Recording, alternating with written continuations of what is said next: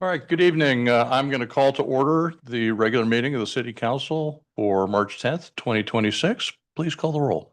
Councilmember Adler. Here. Councilmember Duenat. Present. Councilmember Veros. Here. Vice Mayor Rubio. Here. And Mayor Armstrong. Here. Please join me in the Pledge of Allegiance. I pledge allegiance to the flag, United States of America, and to the republic for which it stands, one nation, under God, indivisible, with liberty and justice for all. All right, thank you. Please be seated. All right, item 3, do we have any announcements? Item 3.1, changes and additions to the agenda. There are none. If you wish to speak under public comment or regarding an agenda item, please fill out a speaker card located in the back of the room and submit it to the city clerk. Okay, thank you. I'm going to open up public comment. At this time, the public is permitted to address the City Council on any non-agenda item related to the business of the City Council. Items that are on the consent calendar, including a request to pull an item from the consent calendar and the reason why you wish to pull the item or items. Please note that the decision to remove the item from the consent calendar is strictly at the discretion of the City Council. You can speak on any requests for future agenda items or special presentation items under Section 6 of tonight's agenda, and we do have one item under Section 6. You can speak on items that are not on the agenda but are within the City Council's jurisdiction. Please be reminded that while the city ensures the First Amendment rights of its citizens, we do not accept nor endorse any offensive or hateful comments made during our meetings. The city celebrates the diversity of our community, and we strive to be a welcoming and open community for all. If you wish to speak under public comment or regarding an agenda item, please fill out a speaker card located in the back of the room and submit it to the city clerk. While we encourage your comments, unfortunately, state law prevents the City Council from discussing items that are not on the meeting agenda. The City Council does take them very seriously, however, and if appropriate, staff will follow up. And I ask you to please limit your comments to 3 minutes. Do we have any speaker cards? We do. We have a speaker card from Greg Carr. Okay. Evening. Good evening, Mayor and council members. Greg Carr, San Ramon resident for a long time. I come before you tonight to speak on a subject about which I've talked to 2 of you privately, and I felt it important to have me speak before the 5 of you and see my face and hear my words. My wife and I found out that an application's either been made or is in the progress of being done for a cell phone provider to provide a small cell 5G tower, or I should say transmitter receiver, on the light pole across from the front of our house. Well, as you can imagine, that hit me like a ton of bricks. Now, some of you might believe in what you hear from the consultants, the experts that are funded by and paid for by the cell phone companies. I don't, never will. I have a family member, my father, who worked around antennas at what was called an antenna test range for years. He died too early of cancer throughout his body. And in those days, they didn't know anything about this problem. Tower creates an electromagnetic field, and when it transmits, it puts out a radio wave of radio frequency energy. Now, it's small, but the problem with these things is it's kind of like, not exactly, but it's kind of like atomic radiation. It's cumulative. So there haven't been any tests done to show what's going to happen to somebody, especially children, out 15, 20, 30 years. Until they do that, my view is that the judgment is out. So I'm here tonight to ask you to first find out why they're putting it in a residential area, because I thought that the ordinance that we passed some time back was to be to keep it out of schools and residential areas. Well, it's going in. And I have cancer in my family, my wife and my grandson. And when you face that and you look at the paucity of information provided by the test professionals to the telecom industry, it makes everything suspect. It's highly suspect.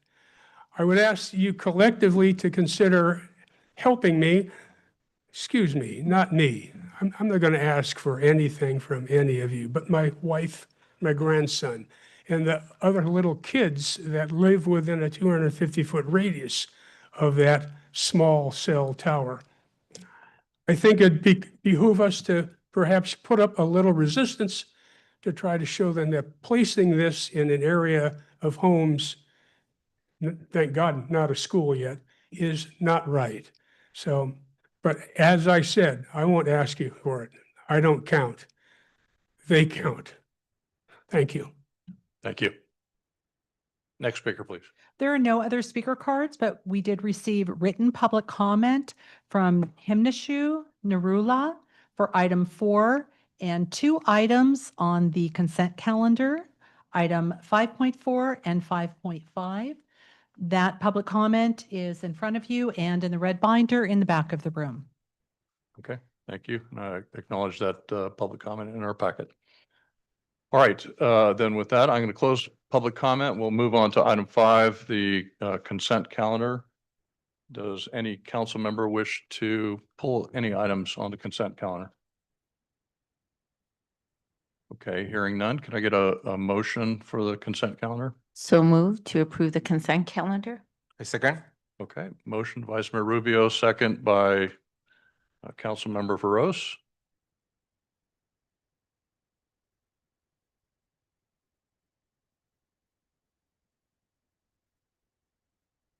Okay, using our new voting system, we'll see how well it works.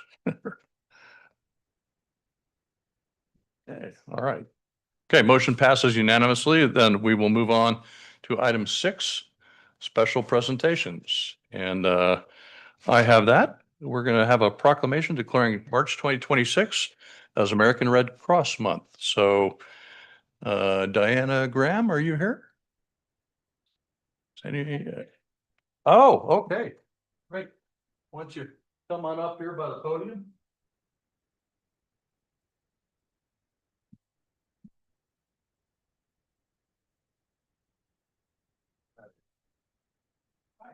Your name? Eva Marquez. Eva Marquez. Yes. Okay, well, thank you for being here, Eva. And I have a proclamation. Hold this over here. Proclamation of the City Council of the City of San Ramon declaring March 2026 as American Red Cross Month. Whereas March is American Red Cross Month, when we recognize the compassion of people in San Ramon and renew our commitment to lend a helping hand to our neighbors in need.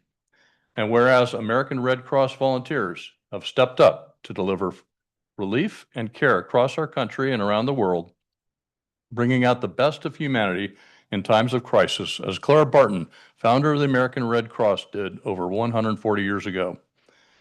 And whereas the volunteers, blood and platelet donors, and supporters shine a beacon of hope in people's darkest hours, delivering shelter, food, and comfort during disasters, providing critical blood donations for hospital patients, supporting service members, veterans and their families, saving lives with first aid, CPR, AED, and other skills, or delivering international aid and reconnecting loved ones separated by global crises. And whereas with 1,148 volunteers in Contra Costa County, the American Red Cross assisted or responded to 101 disasters, assisting 190 families, and through their Sound the Alarm program, the American Red Cross installed 778 smoke alarms, making 241 homes safer, and trained 425 youth through the Youth Preparedness Program. And whereas the Contra Costa County residents donated 18,299 units of life-saving blood, hosted 530 blood drives, and trained 12,164 citizens in first aid, CPR, AED, and aquatics, and provided 463 case services to military members and their families, and provided humanitarian aid internationally. And whereas this work to uplift our community is made possible by those who selflessly answer the call to help whenever and wherever it is needed. We hereby recognize this month of March in honor of their remarkable service, and we ask everyone to join in their commitment to care for one another.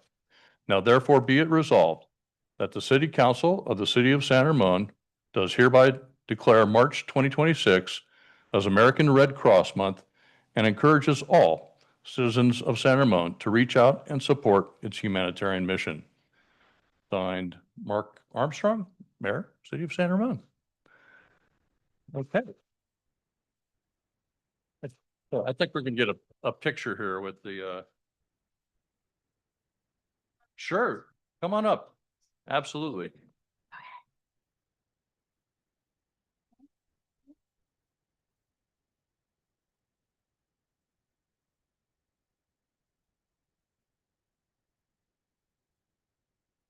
Oh, you did.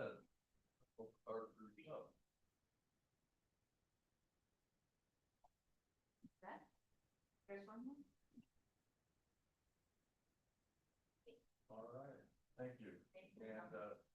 And we're going to give you the opportunity to say a few words here. Thank you. Stay up here or Yeah, they're gonna say, oh, she's gonna say a few words too.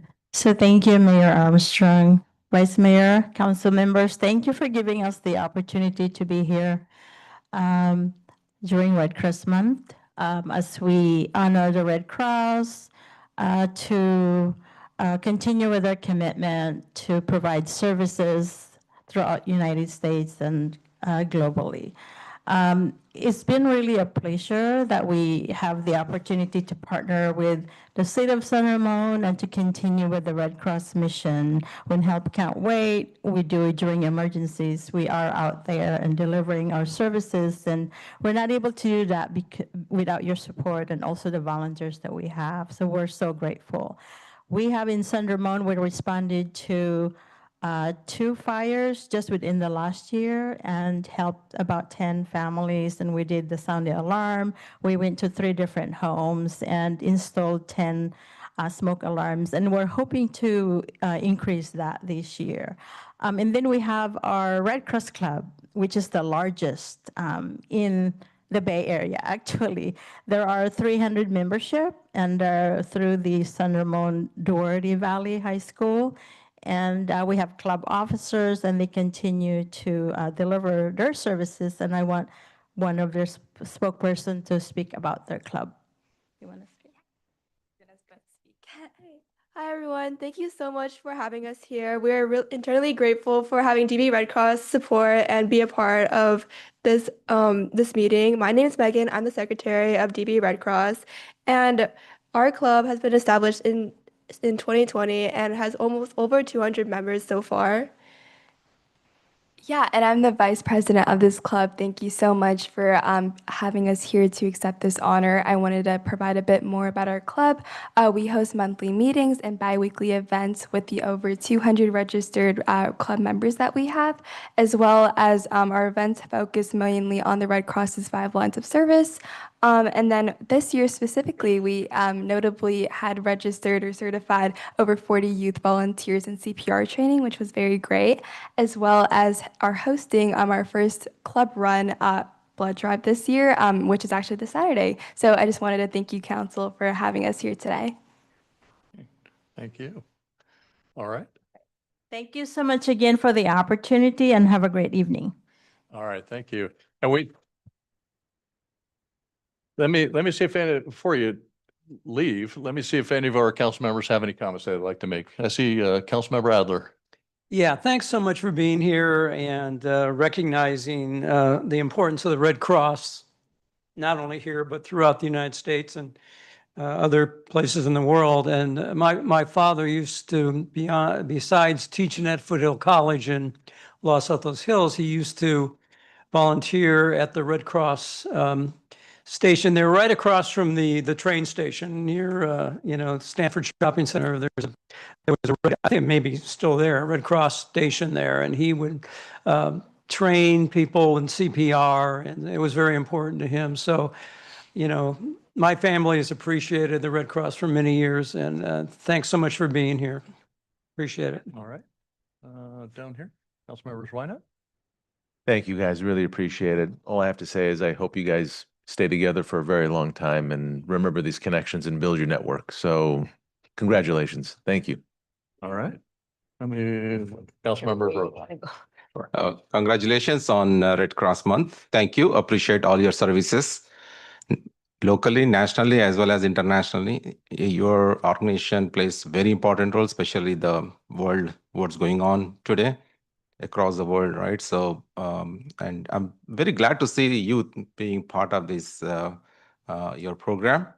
I wish all the best to Doughty Valley Club, and also good luck with your blood drive this Saturday. So thank you. Thanks once. All right. I'll Vice Mayor I'll Rubio. bring along with me. Yeah. Okay. Thank you. Thanks for your service.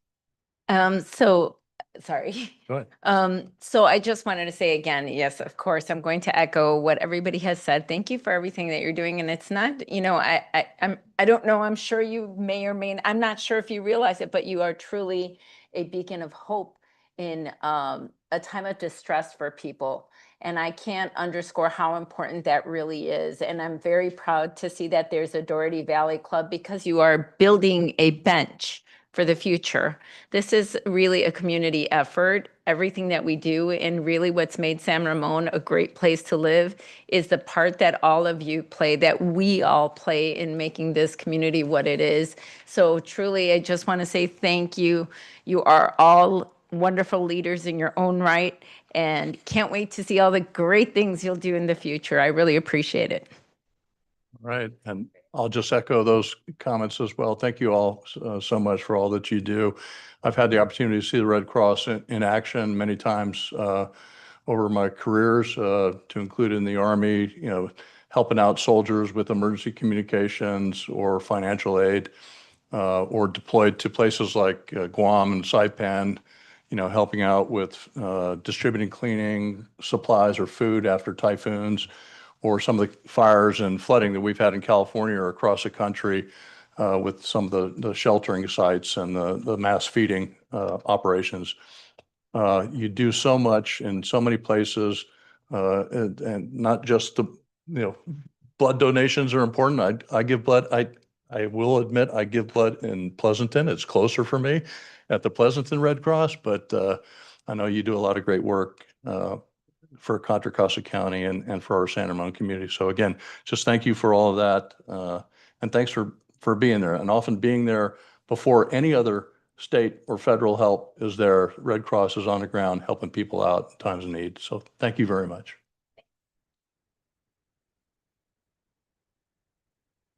I might have seen you there.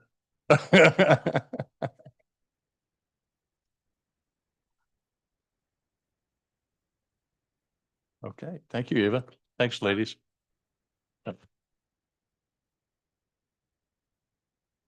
All right, it's now time to move on to item 7. We have no deferred consent item. So item 8, no unfinished business. We're on to item 9, which is new business. And this is to introduce the FY 2026 and 2027 master fee schedule, to establish fees and charges for various municipal services for the fiscal year. It's also about repealing Resolution 2025-036 and setting a public hearing on March 24th of 2026. It's also about approving nexus fee studies for certain development fees and providing guidance on specific modifications to the appeal fees, as well as policy direction of the successful appeal refund provisions. So with that, I'm going to turn it over to Yulia Elbow, our budget manager, and take it away. Thank you. Good evening, Mayor Armstrong, members of the council, members of the public. We're gonna present the first reading introduction of the master fee schedule for the fiscal year 26-27. The main purpose of establishing fees for services by local governments is to recover the reasonable cost of providing specific public services, such as issuing permits, conducting inspections and planning reviews, providing other administrative processes. These fees are collected directly from the individuals and businesses who request those services rather than being imposed as general tax base. Government codes 65104 and 16509 limit the amounts that government can charge for these services and establish that governments should not generate profit beyond the actual cost of providing the service. The Government Code 65104 establishes a general rule that local agency fees for permits, inspections, and planning services must not exceed the reasonable cost of providing those services unless a high amount is approved by voters. City of San Ramon established a practice in prior years to periodically review reasonability of fees for services. And this process is typically aligned with the process of developing next year budget. The reason for that is to provide the basis for the departments to project more accurately both their revenues and expenditures.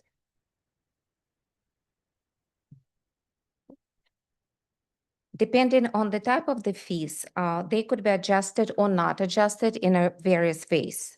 Some fees are adjusted based on the San Francisco, Oakland, Hayward, Bay Area Consumer Price Index, CPI. This data is compiled annually by the Western Information Office of the U.S. Bureau of Labor Statistics. And for fiscal year 26-27, the adjustment is 2.82%. The other fees, specifically traffic mitigation fees, are adjusted based on the San Francisco Bay Area Construction Cost Index. This is the industry standard for public works project and consistent with the methodology used by the Tri-Valley Transportation Council. For the 26-27 year, this index is 0.6% of the adjustment. There are also some fees that are not adjusted at all, because they're established based on the state regulations or county regulations, city ordinance, or established by Nexus Fee Study.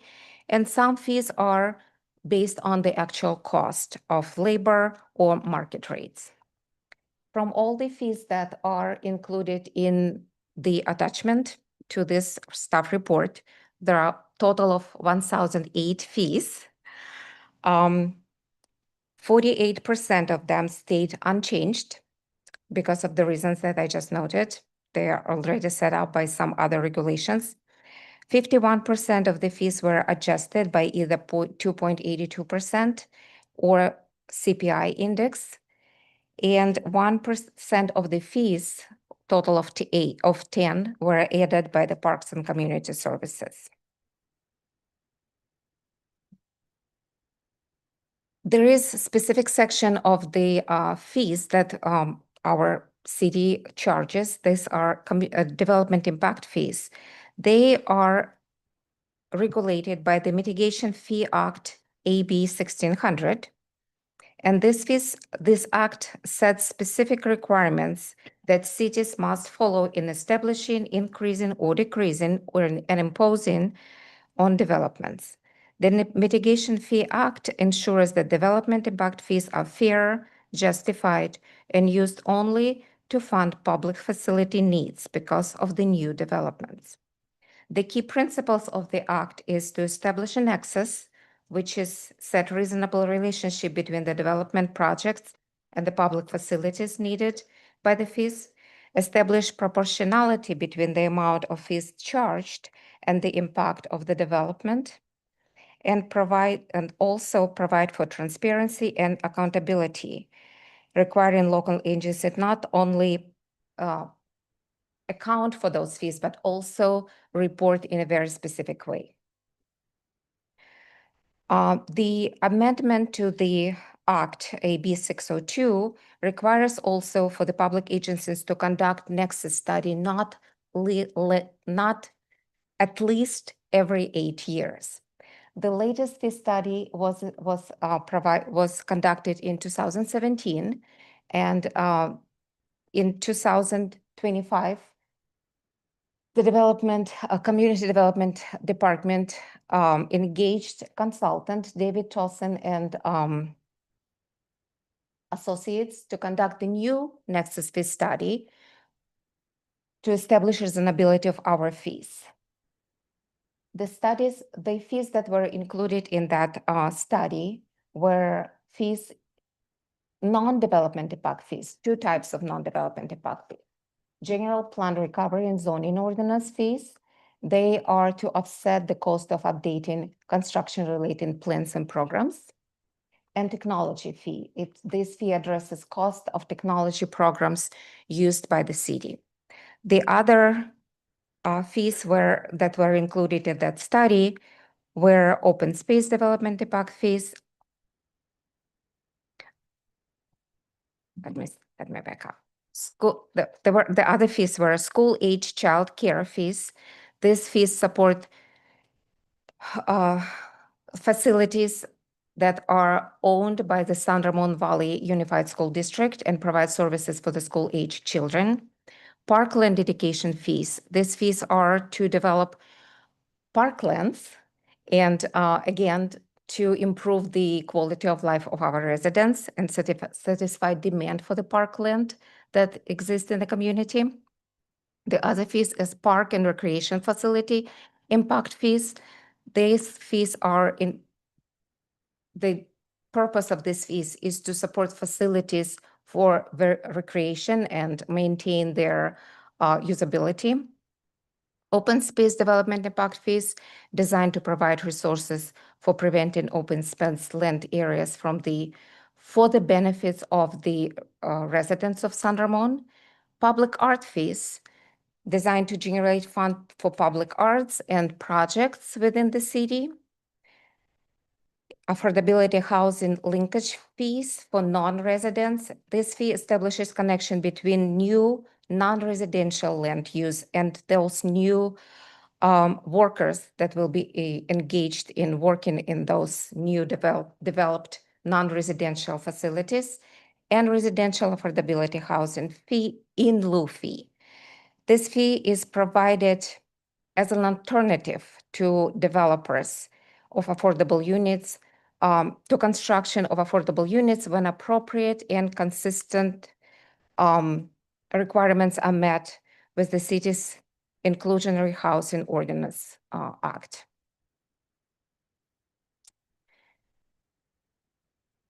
Of course, one of the important pieces, as I noticed, is to give our departments ability to accurately establish what will be the impact of those changes, non-changes to the fees that we're setting up. The current methodology guarantees that our fees are designed to fully recover cost of providing services unless the fees were exempt by the matrix study conducted in 2024. Specific financial impacts vary depending on what type of fee it is and whether it's going to be a fee that's going to be a revenue to the general fund or to the other funds. And most of the impact that derives from the Nexus study fees will be visible in non-general fund, or not in the general fund, but in special revenue funds, which have very special regulations of how those revenues can be used for which purposes. And with this, I'm gonna invite my colleague, Lauren Barr, to continue about the appeal fees. All right. Thank you, Yulia. Evening, Lauren. Good evening. So it's my intent to continue the discussion on appeal fees. Seemed like a timely opportunity. The current appeal fee structure, as you're aware, is deposit-based. If we go back to the original matrix study, there was a time study done and a recommendation for a fee that was higher. The council opted for the middle of the road, around $4,000 for the zoning administrator, residential, and $4,500 for the other applications. And again, these are deposits and we recover fees based on time and materials. Just a little bit of a recap for the past 8 to 9 months. We've been talking about these various issues and been refining it down. We started with a list of comparable cities and what they do, and we've refined that down. At the last meeting at the City Council retreat on January 31st, the council asked for some additional information, specifically the Planning Division's billable rate as established by the Matrix Fee Study. One of the other cities that we had analyzed in our analysis was City of Lafayette that had a percentage-based approach. And so the council wanted some examples of how that compares to the numbers we're using. And then lastly, a tiered approach with flat fees for less complex projects and a deposit for more complex projects. So here's the breakdown of the billable rate from the Matrix study. It's based on a blended direct cost for staff time, then a series of overhead rates, divisional overhead, citywide overhead, and administrative overhead. Those other overheads relate to review by other staff members outside of the planners who are working on this. So it would be department head reviews, city attorney reviews, and then also just the costs of providing services based on citywide impacts. And then at the time the study was initially done, it was about $319, and then they rolled the CPI adjustment in at the time that got it up to the $330. The example from the City of Lafayette, we had staff pull their fee schedule and just grabbed a couple of different examples of different size projects from design review for major applications down to zoning administrator hearings. So at the higher end, the applications are in the neighborhood of $5,700. 75% would make those appeal fees roughly $4,300. And then on the lower end, you have a $2,200 application fee, which results in an appeal fee of about $1,700. And again, at the upper end, those are probably pretty compatible to our current deposit, not acknowledging that our deposits can go higher. At the lower end, it's probably about 40 to 60% of what we currently charge for the initial deposit. Then with regard to the tiered approach, based on flat fees at the lower end and a deposit at the higher end. So zoning administrator decisions would be for residential and non-residential would be some sort of flat fee. We're looking for direction from the council at this point. A planning commission appeal of land use would also be a flat fee. Could be the same fee or it could be something a little higher. And then for the more complex projects, we're recommending a deposit because those will take more time to process the appeal. I need to remind everyone that appeals are considered de novo hearings. So it's as if you're seeing the item for the first time. So all the background information has to be considered and put in front of the council. It's not just the topic of the appeal. And then lastly, there has been ongoing discussion about a refund for successful appeals. This is a challenging topic because, again, as a de novo hearing, many of the projects are not denied on appeal or approved on appeal, they're modified. So it still raises this question of how we might handle a refund. And there's always the opportunity for the council to provide specific direction as part of the appeal to either refund all or part of it. But we need to get some clarity on how we want to proceed with that. So staff is looking for specific direction on the dollar amounts for the appeal fees, if there's some preference, and then also the appeal fee refund. If no action is taken at this time, the deposit would remain as it is currently. And we're not proposing any increases in the deposits. So there's no need to increase the fees because they are deposits. So with that, I'll turn it back to, well, I'll go with the recommendation is to set the public hearing for March 24th, 26 for the adoption of the 26-27 master fee study or fee schedule. approve the nexus fee study and then provide direction on the appeal fees as outlined. And then I'm available for questions. Happy to provide feedback or if there's something I missed from your prior direction. Okay. All right. Thank you, Lauren. Thank you, Yulia. So that's a pretty good summary of what we are being asked to do this evening. Okay, you see the recommendations there. I think there's a lot of information in here. It's most of it is all about the Nexus study and the fee schedule and everything else. But I think probably the main thing that you're looking for really to kind of complete things is any policy guidance on the appeal business. So I'm going to turn it over to council now to ask questions. So let's make sure, because we've been talking about this for better part of a year now. And so let's make sure if we got any other questions that they get answered tonight, because we need to move forward with this and set that public hearing for the next meeting. So let's get our questions answered. And then we'll turn it over to for public comment, and then we'll come back for final comments and make a decision on how we want to proceed on, for example, on the appeal business. Okay, so let's start with questions. And who would like to start? I can start. Councilmember Rose. Thanks, Lauren, for presentation. On slide 11, you mentioned $330 just to make sure it is per hour, right?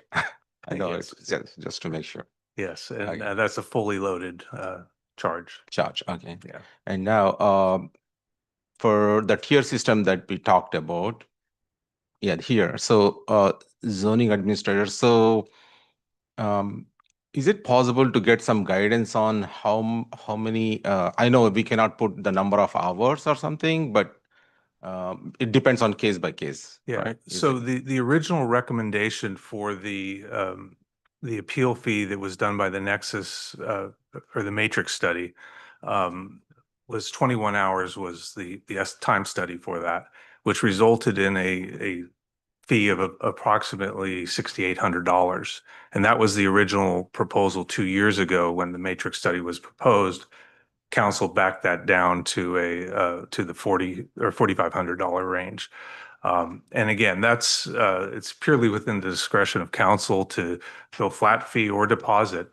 The only distinction is the cost recovery aspect versus potential subsidizing appeals. And again, that's a choice that the council has discretion to make if they want to make these things easier for the public to appeal.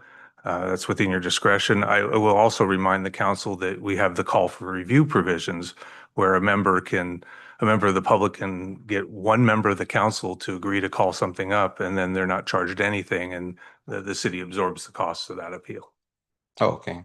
So now, when I proposed this tier system, my thought process was that the amount of or the degree of involved parties will be lesser as we take it into tier situation. For example, in this case, like zoning administrator decision appeal, is it still going to be $330 per hour?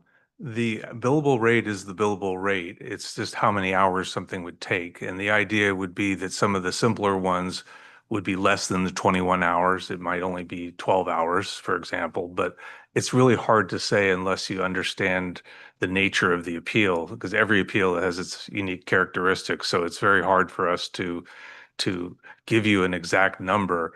And again, it just varies from project to project. But the more complex ones tend to be the multiple applications where you have development as well as land use mixed together, environmental review as part of it.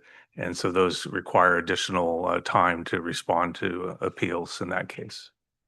Yeah, if that's the case, then the overall idea of a tier system, it doesn't make any sense, right? Because if we are going to apply the same charges of $330 per hour, then it doesn't matter whether it is zoning administrator tier or so. In that case, it's going to be the same across all the tiers, right? Am I missing something there? No, it would be it would not matter for the deposit base because we're actually charging actual costs. But for the other ones, you can pick a number that would be, say, it's $2,000 flat fee. That's it. It doesn't matter how much time we actually spend on it, whether we spend 20 hours or 5 hours, it's still going to be $2,000 or 1,000, whatever number you pick. In some cases, the city would end up subsidizing the appeal. In other cases, the city may come in under. It just depends on the nature of the appeal. I guess another option that just occurred to me is you could do a maximum deposit of a certain number, and then if it comes in under, refund up to that deposit, and anything over is absorbed by the city. That would be a hybrid of this, of a deposit and flat fee. But just by capping it, you take away the uncertainty of how long something might take. But that's, again, your discretion. Okay. So from your experience, typically when a decision appeal comes up to zone administrator, what could be the max, like from your overall experience? Again, it depends on how long, but again, the average number we used for the appeal was the 21 hours. There weren't a lot of examples. So, again, then that's much more than the $4,000 we're charging now. That's the $6,800 is what it would take to be made whole based on the time study that was done by the Matrix people. So again, it's really back to a question of, how much money does the city want to subsidize? How accessible does the appeal fee need to be for the public at large so that it's not a barrier for participation in the public process? And so, and again, it's a slight mind shift. The Matrix study was all about cost recovery when we were doing it because we had some budget concerns at the time. If the council has a different perspective today, you can lock in a flat fee that again will just work with it. Yeah. If it is same price, I mean same per hour charge, then the whole tier system it defeats the whole idea of. Well, for a flat fee, we don't track time. Unless we go with the flat fee, but then we don't want to go with the lower price also because we don't want to hit our on our budget side. But at the same time, if we get some estimate, something which, or I remember you shared some other cities that provided some, do we have any comparing cities where they have this tier system and they all have a slight nuance of different processes. Some have very low flat fees. Some have flat fees, and then the balance is billed to the project applicants. And again, those are different choices. There are different tiers. Some of the other examples were there, but they were, I think it was Fremont was one of them that had different tiers. There was a rate for residents, a rate for commercial. Whether that's a proper way to break down, fees, it's not really about time. It's about accessibility. Who has access to the appeals. And if I recall, it was in the neighborhood of 2,000 to 5,000, depending on who filed the appeal. But again, I think if you can decide on, a flat fee that's accessible to the public, we don't get that many appeals that it would necessarily break the bank. But at the same time, we need to be sensitive to the amount of staff time that we spend on these things. And so, again, it's a tough decision and there's trade-offs. Okay. One last question. I remember Mayor Armstrong asked about a question on the last tier, which is Planning Commission appeal, which can be a bigger one. Is it possible to have a fee structure where it will be for developer versus the applicant, something like that?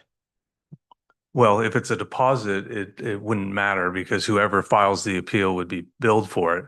Unless you wanted to make a provision where there's a fee for an appeal and then any overages get charged back to the developer, you could make that argument. Whether that's equitable is a discussion you can have if that's fair or not. But because again, they're not the ones raising the appeal necessarily, unless they're appealing their conditions of approval or something like that. The other thing would be that, if not for the application, no one would be appealing it. So there's sort of a responsibility there as well. But it's still a question of whether it's fair or not. And that's your judgment. Yeah. That's my question. Thank you. Okay. Councilmember Weiner? And for clarification, Mayor, we're just asking questions on the presentation. questions right That's now. it. Okay. Yeah, on, in either aspect, either just the overall. Yeah, I just want to make, Nexus Study, Okay. appeals or I whatever. can answer questions on the Nexus studies as well. no. It's been very thorough. Thank you so much. For context, I think what would help the audience and maybe the council members, staff, when we look at zoning administration, zoning appeals, if I live in a residential R1, I'm applying for a variance to do commercial, C1 or C2, whatever. It gets denied. That's appealable, right? Correct. Okay. Now, what is the chances, to put into context, what is the chance that I live in a residential neighborhood and I want to turn into a liquor store, commercial, and it's going to get denied probably because of what? If you could kind of walk us through, because that would probably give us some context. 'Cause I can't imagine it takes 21 hours for an administrator to look at it and say, you live in a house on this corner and you want to open up a head shop. We're going to deny it because you have schools and houses next to you. Okay. So keep in mind, this current structure is set up for residential and non-residential. Right. But from a residential standpoint, there's less potential for those types of concerns. But the appeal process does require a public hearing. Sure. And so we're doing staff reports, we're doing public notices, and then we're also doing the analysis of the challenge. So there is time there. Whether it's 21 hours, probably not. In the case of, and it's, to be honest, the residential ones have dropped off significantly since the state took away a lot of discretion over like large family daycares and care facilities, that sort of thing. That was what we got most of the appeals on in the old days.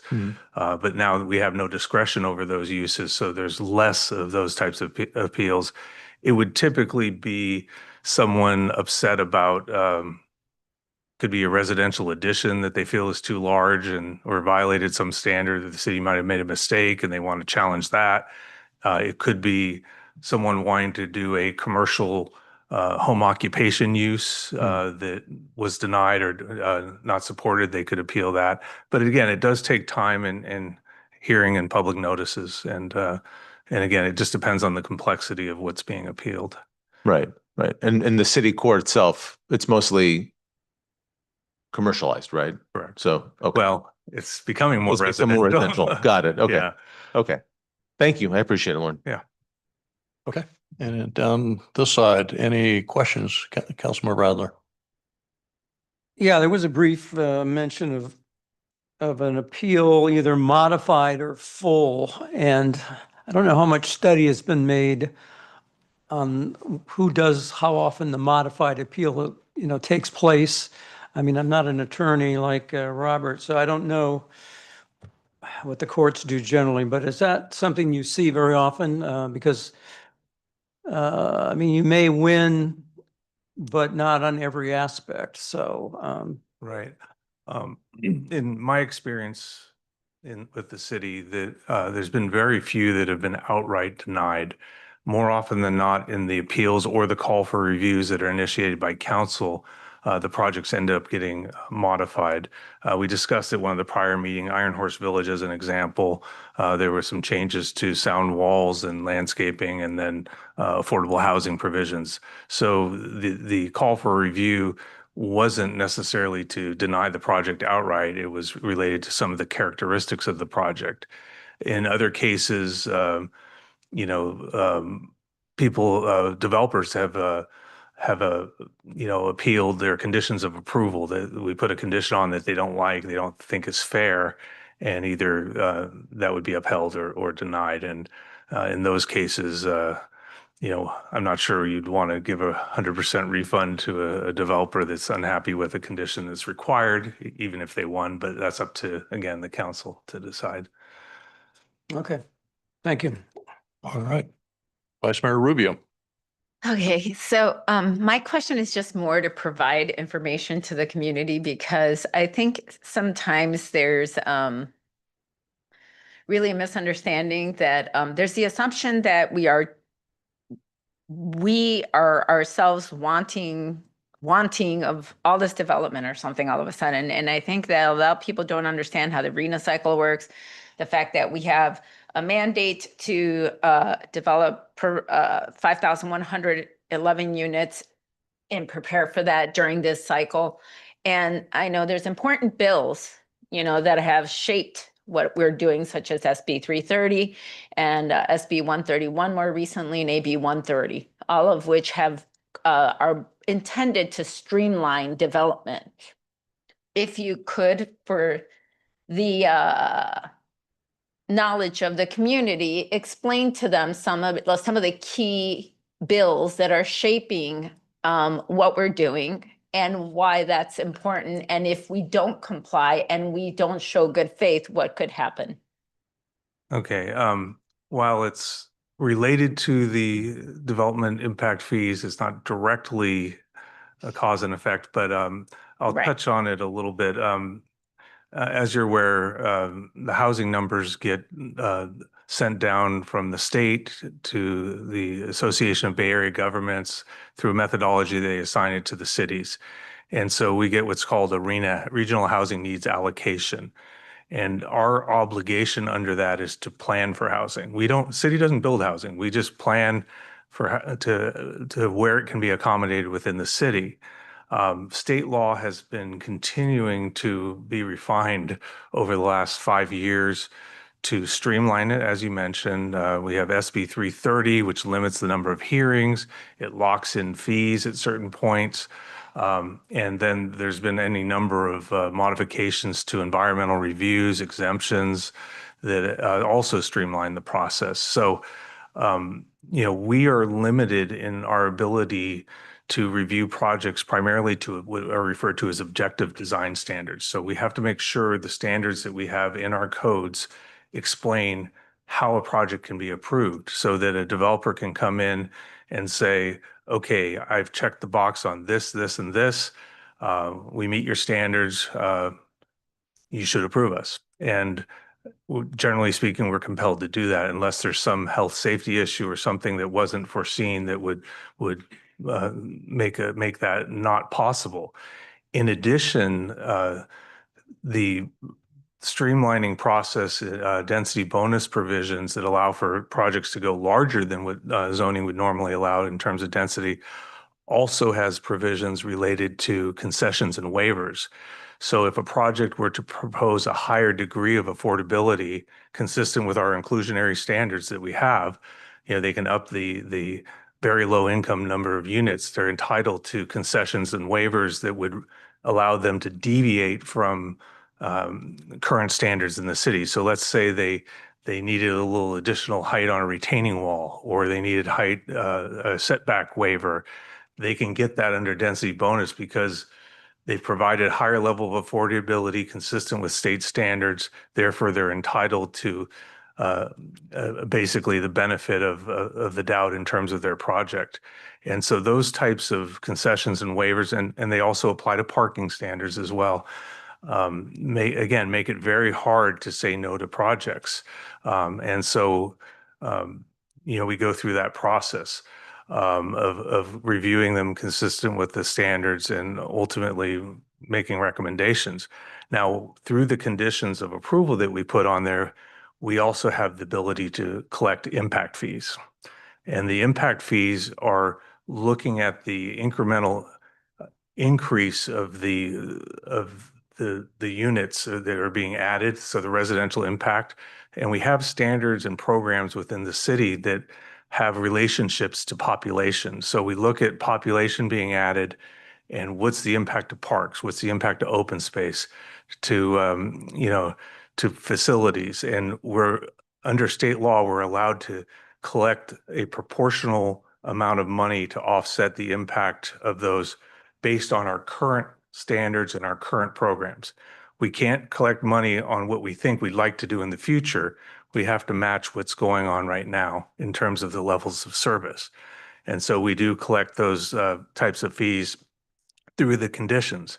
And then just to be a little bit more difficult, there's also provisions that delay the collection of those fees to occupancy of units. So it could be that we approve a project this year and it gets occupied in 3 years, and those fees just sit. And they're the fees that exist today, not the ones that 3 years from now. So the fees are locked in. So we also struggle with the timing of some of these fees. And I've rattled on for a while, so I'm going to stop. It's actually really truly beneficial for the community to hear that and to better understand all of those, how your thinking process works and how all of this plays out. And obviously, so my follow-up question then, as we're talking about appeal fees, when, we are following the general plan in terms of building in the downtown core, building more density in the downtown core.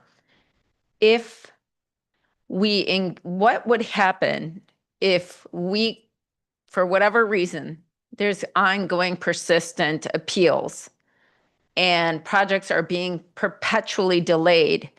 What would happen if we lose a developer? Or what would happen if that developer decides, hey, I feel like there's, somehow they're not showing good faith? What could happen under those circumstances? Well, I mean, there's a lot of what if scenarios we can talk about, but I think in general the concern is that, I mean, obviously the appeal is about due process, and that's in our code, and there is the ability to question a decision if it has valid grounds. Whether that appeal is upheld or not, is a question for the council to decide.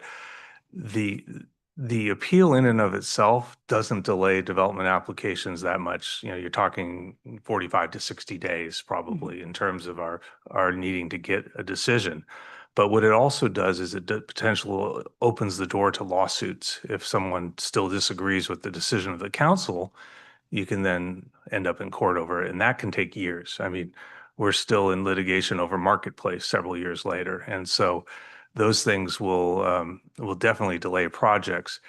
And whether that's a fault of the city process or not, I would say no, because it is due process. At some point, though, the state would ask us, how come you're not producing these? You've approved projects. How come they're not getting constructed? Is there something the city's doing that becomes a barrier to implementation of our housing program? And so then we have to start explaining and justifying why the programs aren't being implemented the way they were designed.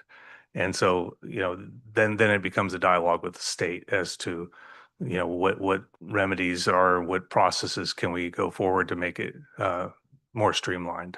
And again, you always run the risk that you can start losing discretion. And the other thing is state law might change because all these projects are getting approved, no one's building, so obviously there's a problem, so maybe we need to change the rules under state and force the issue. But that, again, those are what-if scenarios, but... Of course, but it's important for people to contextually understand what's behind all the decision-making process. And so, like, for example, the CEQA requirements being reduced, that was as a function that there were a lot of people who didn't want development in their backyard. And they started pretty much for all intents and purposes, finding every reason under the sun to prevent development in their neighborhood by finding whatever they could to stop development. And so the state, being very frustrated because we have a housing shortage, started essentially pass these two bills, SB 131 and AB 130, in an effort to prevent those kinds of initiatives. So I think that it's important for the community to, as well as all of us, to really understand that we have to all show good faith. If we're following the general plan, it's been in place for a really long time. This is not something that we just sort of, set up shop today. And I think, if there's I'm just trying to make sure, excuse me, that we put that information out, because I think sometimes, and there's also consequences when a project is delayed a really long time. That's potential. It's like a vacant lot sitting there for years that could have produced positive outcomes for the community. For example, our under enrollment, increased our number of students who we desperately need in our school district to increase. So we have a better local control funding formula results and have more funding, which led to 200 employees being laid off because the enrollment went down, not because they moved, but because people are not moving after their kids graduate from high school, and also birth rates have gone down. So I think people need to understand that sometimes we have to find a happy medium to a negotiation and but also provide that space, like you said, to listen and hear. But at the same time, when there's perpetual resistance to the development that has already been is in our housing element. It's been there for a while, and those delays can actually have very, very consequential costs to us.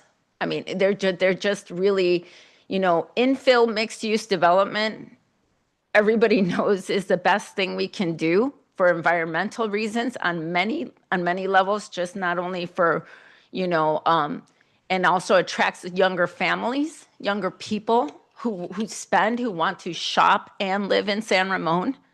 So I really feel that sometimes it's important to really provide that information and clarity based on research, not opinions.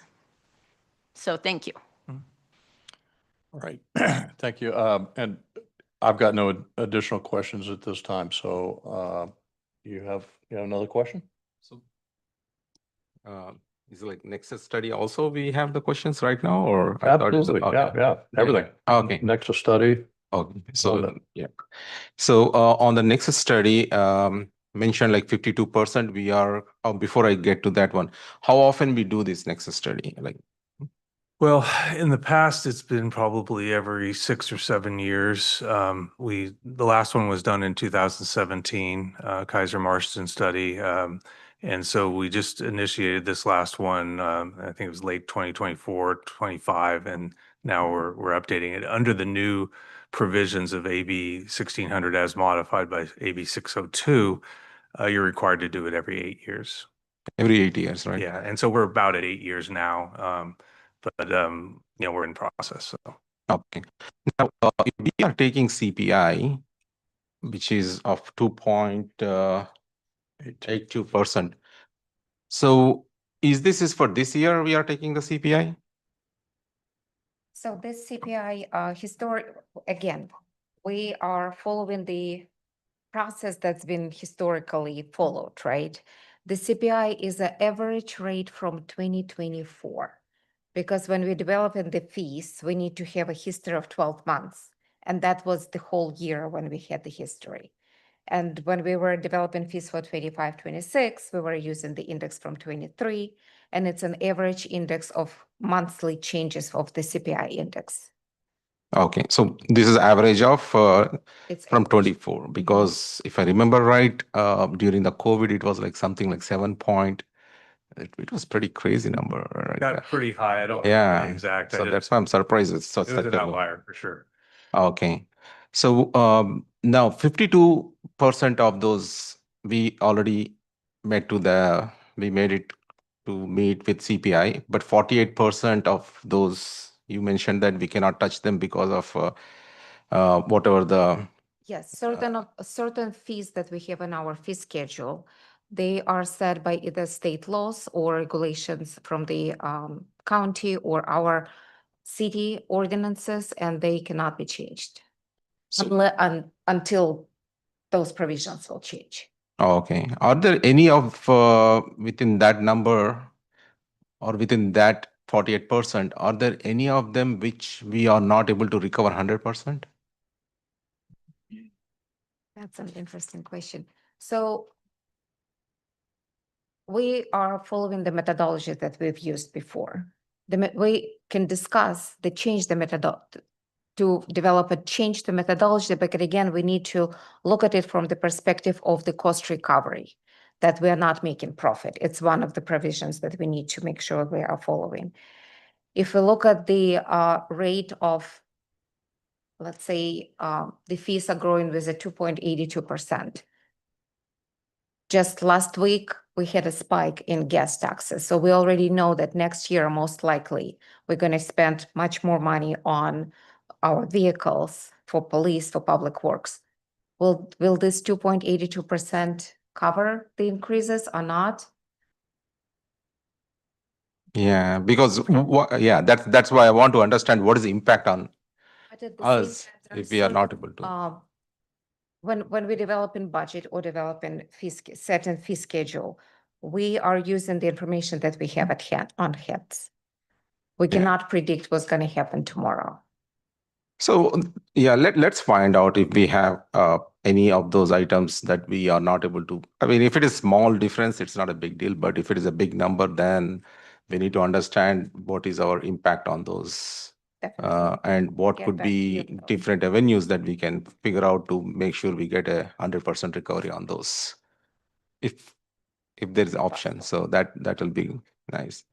The other scenario you get with flat fees and where you have a volume of permits being issued is there's some averaging that happens. Some you win, some you lose some, but in the end it works out. So Okay. just, again, another consideration.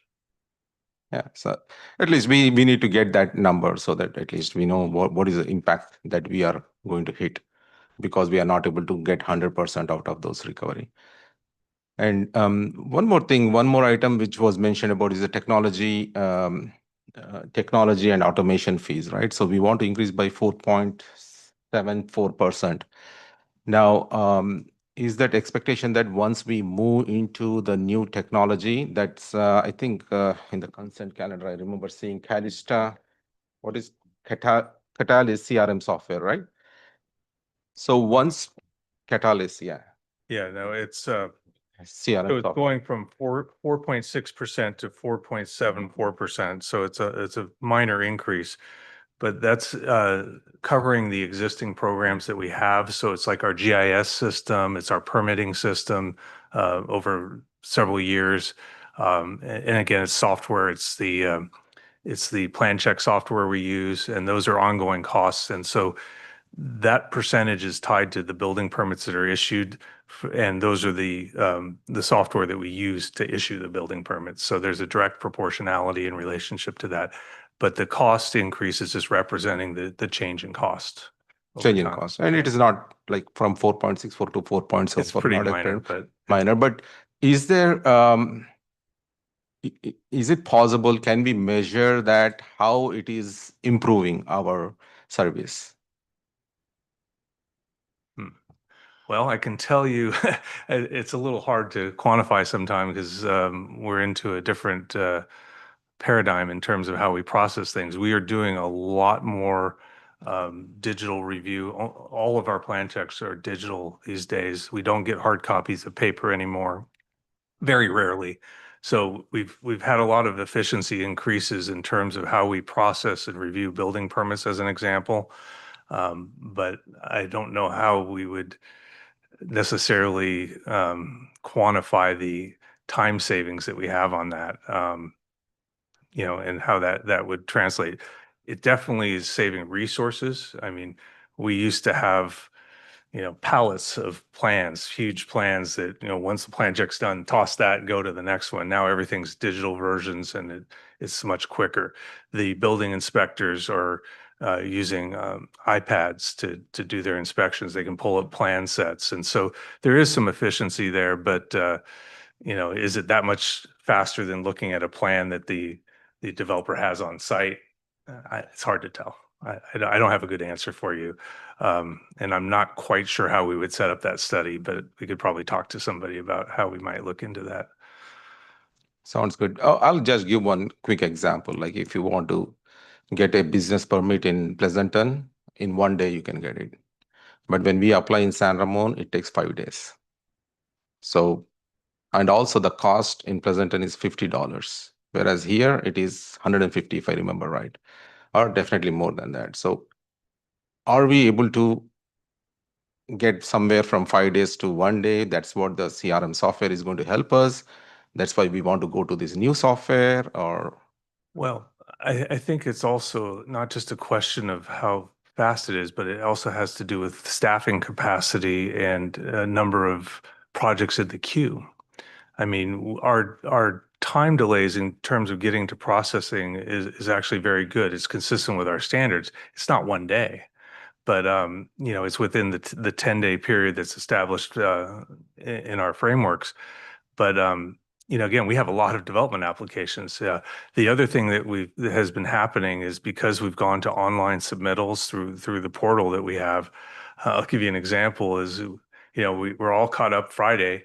Then Monday morning, people are, because we're closed, but people are loading in things over the weekend, and so we have 30 or 50 plan checks waiting for us first thing Monday morning, and so we're trying to catch up on that almost instantly. So it's just a different scenario than was traditional, because in many ways, business hours don't exist anymore because they can submit on Sunday at midnight if they want. yeah, So and especially in San Ramon, everybody is doing their backyard upgrades nonstop. yeah, yeah. Okay.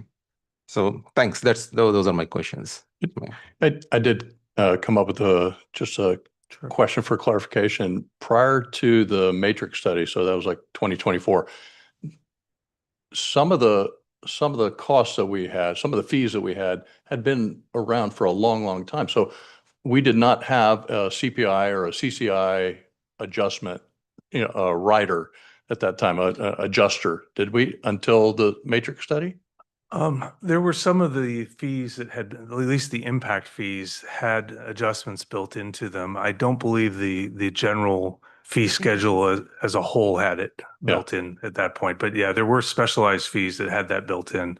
But no, for the day-to-day fees, I don't believe it did. They'd have to do a study every time. But now we've incorporated, you know, CPI, you know, CCI adjustments into our fee schedules going out from here on. Right, and sometimes it goes up, and actually it's gone down in the, like CCI adjustments have actually gone negative in the past, and so the fees get reduced.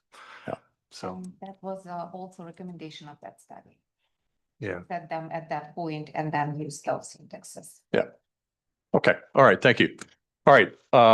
I thank you very much for your answers to those questions. I'm going to open up public comment this item, and let's go with the first speaker card, please. Greg Carr.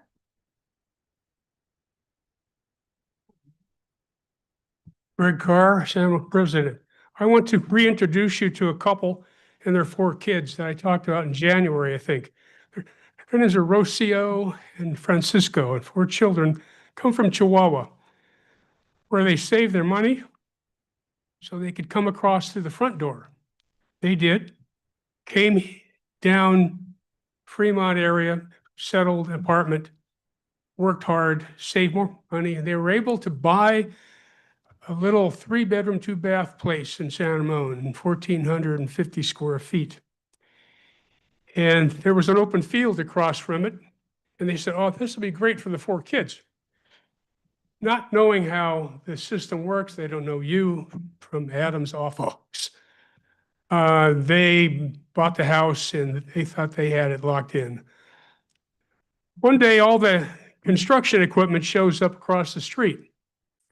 And as they're constructing this, the entrance and the exit is right across from their house.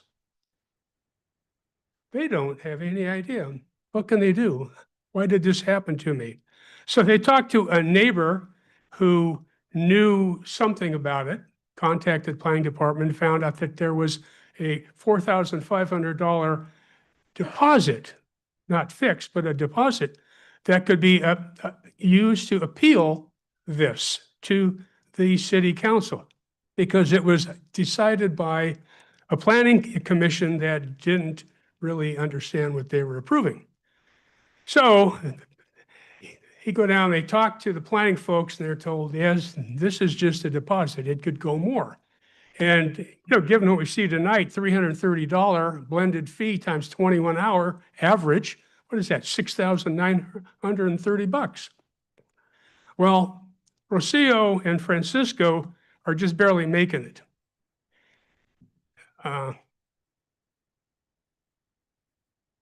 Yeah. So if you're them, you come from a country where to appeal to talk against the powers that be is highly shunned upon. How do I know this? I spent many years in Mexico, Chihuahua and Monterrey and places south. I know the drill. So they have no option. They have no champion. They have nobody to stand up for them against bad decision on the part of the planning department to put that across from their house. And their garage empties right out into it. And they got 4 little kids. They come here and they think they got a great place. And all of a sudden, this is shoved in their face. That's an embarrassment to the process. That's an embarrassment to the Planning Commission. I'm not saying that's happened, but it's just embarrassment for people who came here to try to get a better life. And I know a lot of them. I lived down there for many years. Those fees, $4,300 to $1,000, unacceptable in any man's lifetime anywhere. In this enlightened society, to have that, my God, why would we do that? For somebody like that, $500, that's still usurious. But that ought to be what it is. If you want to hit anybody up, hit up the developers, okay? That's where this stems from. They and their designers should have seen that problem. But that's not going to help Francisco and Rocio because they're locked in. They can't get out of the mortgage. They're stuck. Anyway, I just urge you to reassess this for people in this city. It's not right to charge $4,500 with a possibility of, well, that's just a deposit. My God, something's wrong to even think that that's acceptable. Thank you. Thank you. All right, next speaker, please. Jim Blickenstaff.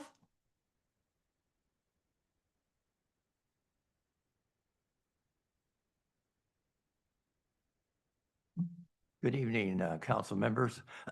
Jim Blickenstaff. I wanted to briefly touch on a limit with the study that was done, an omission more or less, when it comes to citizens' fees. There's another priority besides recovering costs. Recovering cost is essential when you're doing a vested interest has $10 million on the line and needs to appeal for something, then that's appropriate. But the citizens just trying to get by day-to-day living, make their rent and take care of the kids, it's kind of it's a paywall. It's like, this is going to block you from saying anything. And that's what they're going to see if they see 4,500. Lafayette's a bad example. It's kind of an outlier. And even they end up with lower fees than what we're proposing. I think it would behoove you to look at your sister cities close at hand on 680 and see what they're doing for their citizens. Like, for example, Concord. Citizens appeal is $95. And then they split the cost with the developer and the city on extra costs that are involved. And then Walnut Creek's 200, plus or minus about 200. Danville's a little over 300. San Ramon, 4,500. Then you go down to Dublin, 200. And then you go to Pleasanton, about 400. Try Pleasanton, that's a sister city. Lafayette's a totally different city than San Ramon. It's not close. It's like comparing apples and bananas. And then try Concord. Talk to them, see how they handle that. If that's inviting trouble, I'd like to hear about it because in my 35 years here in the city, I have not seen a scenario where some great developer walks away because it was appealed. I haven't seen that happen. And even lawsuits, it's not the same thing. But just to appeal it is something we got to pay attention to the citizens' needs. And it seems like your sister cities are doing that. And I'd like to use them as an example and then contact a couple of them just to see for sure if they have repercussions that we don't know about. But otherwise, they've had these fees for a while now, so they can't be out of line. And they're for the citizens. They're not for the vested interest. So there's a minimum cost of city of the occasional citizen appeal that's minimal. It's not a part of your budget that's going to break anything or demand a tax hike. It's a minimum thing. So, and like I said, the difference is marginal in terms of the occasional city citizen appeal, and it's only happens every once or 2 years. It's not very often. As far as I've seen, I've been here 35 years. So I just say, let's do a tier thing with a lower cost of citizens. Represent your citizens as somebody you want to hear from when they have a legitimate concern, and then do a fee accordingly. That sounds like a no-brainer to me, but it seems like with staff, I'm not going to talk about staff, but I seem we still are stuck on 4,500, and that just sounds totally inappropriate for a citizen appeal. And I think I'm over my time. Thank you. Thank you. Next speaker, please. There are no more speaker cards, but we did receive written public comment from Brian Swanson, which is before you and in the red binder in the back of the room. Okay, acknowledge that. All right, so then I'm going to close public comment. It's now over to council for what we want to do. Any comments? I mean, we have some action we're going to take tonight, but I think unless there's anything really pressing on the Nexus study, I think we've got to come up with some policy guidance for the staff, give that to them so that they can clean up a resolution and have something ready for the next, when we set the public hearing for March 24th. So we've got to give some clear guidance here on where we want to go with the appeal fees. Or if there's anything else you want to comment on, that's fine. But I think that's the main thing that I think we got to give to the staff this evening. So who would like to kind of make the... Oh, okay. Sorry. Okay. No. Anybody want to make start with comments? I can start. Okay. First of all, thanks for public comments. Thanks for being here and participating in this overall important process. So we definitely want to see our community participate in this decision making. These are very important decisions that we are making, especially around land use policies. And we definitely want to hear their voice. We want to understand what is going through, especially, for example, the example that we heard, right? So that's where we actually started thinking about tier system so that we can bring more affordable equity into this appeal process. So for me, looking at this overall, initially thought of 3 different tiers, but maybe I'm thinking maybe we can go with the 2-tier process, especially we can test it out this 1 year. One in this 2-tier, one is going to be zone administrator, which can be a flat fee. And then we can have a 2nd tier, which is a complex issues like planning commission appeals. So that can continue with our current policy of 4,500. Or I would go with the deposit of 4,000. Let's start with that 4,000 rather than 4,500. So let's see how many appeals we are going to receive this year. And if we continue to see, based on the stats that we are going to get next year, based on that, we may be able to consider the 3-tier system. So it will be a good learning process for us as a council. So with that, I would say that first one is going to be the 2-tier system that I'm thinking is one is zone administrator appeals, which is a flat fee. We can go with $200 like our neighbor Dublin City. And then with complex issues like planning commission appeals as well as any other complex issues, that one we can go with a deposit of 4,000 and with the current whatever the policies that we are using. So that's my Okay. thought process. All right. Comments? Okay, down to Councilman Bradler. Well, I like the idea of a two-tiered system. And that's generally what I feel. But I'd like to hear what everybody else is thinking. Okay. Vice Mayor Rubio. Okay, so I do think a tiered system is helpful. I do feel I have a lot of compassion for people on both sides of the issue. When I say that, I'm not even talking about the developer. I'm talking about the people who've been living in San Ramon. And I'm also talking about the people who desperately need affordable housing. Because they're humans too. And they're being outpriced everywhere. And they're part of our community, whether we like it or not. There are teachers, there are janitors, there are plumbers. There are the people who serve us every day, but have nowhere to live. They have to go all the way to Tracy just to come back and forth every day just to go to work. And that's actually somebody I know that I asked and talked to over at Whole Foods, someone who works there.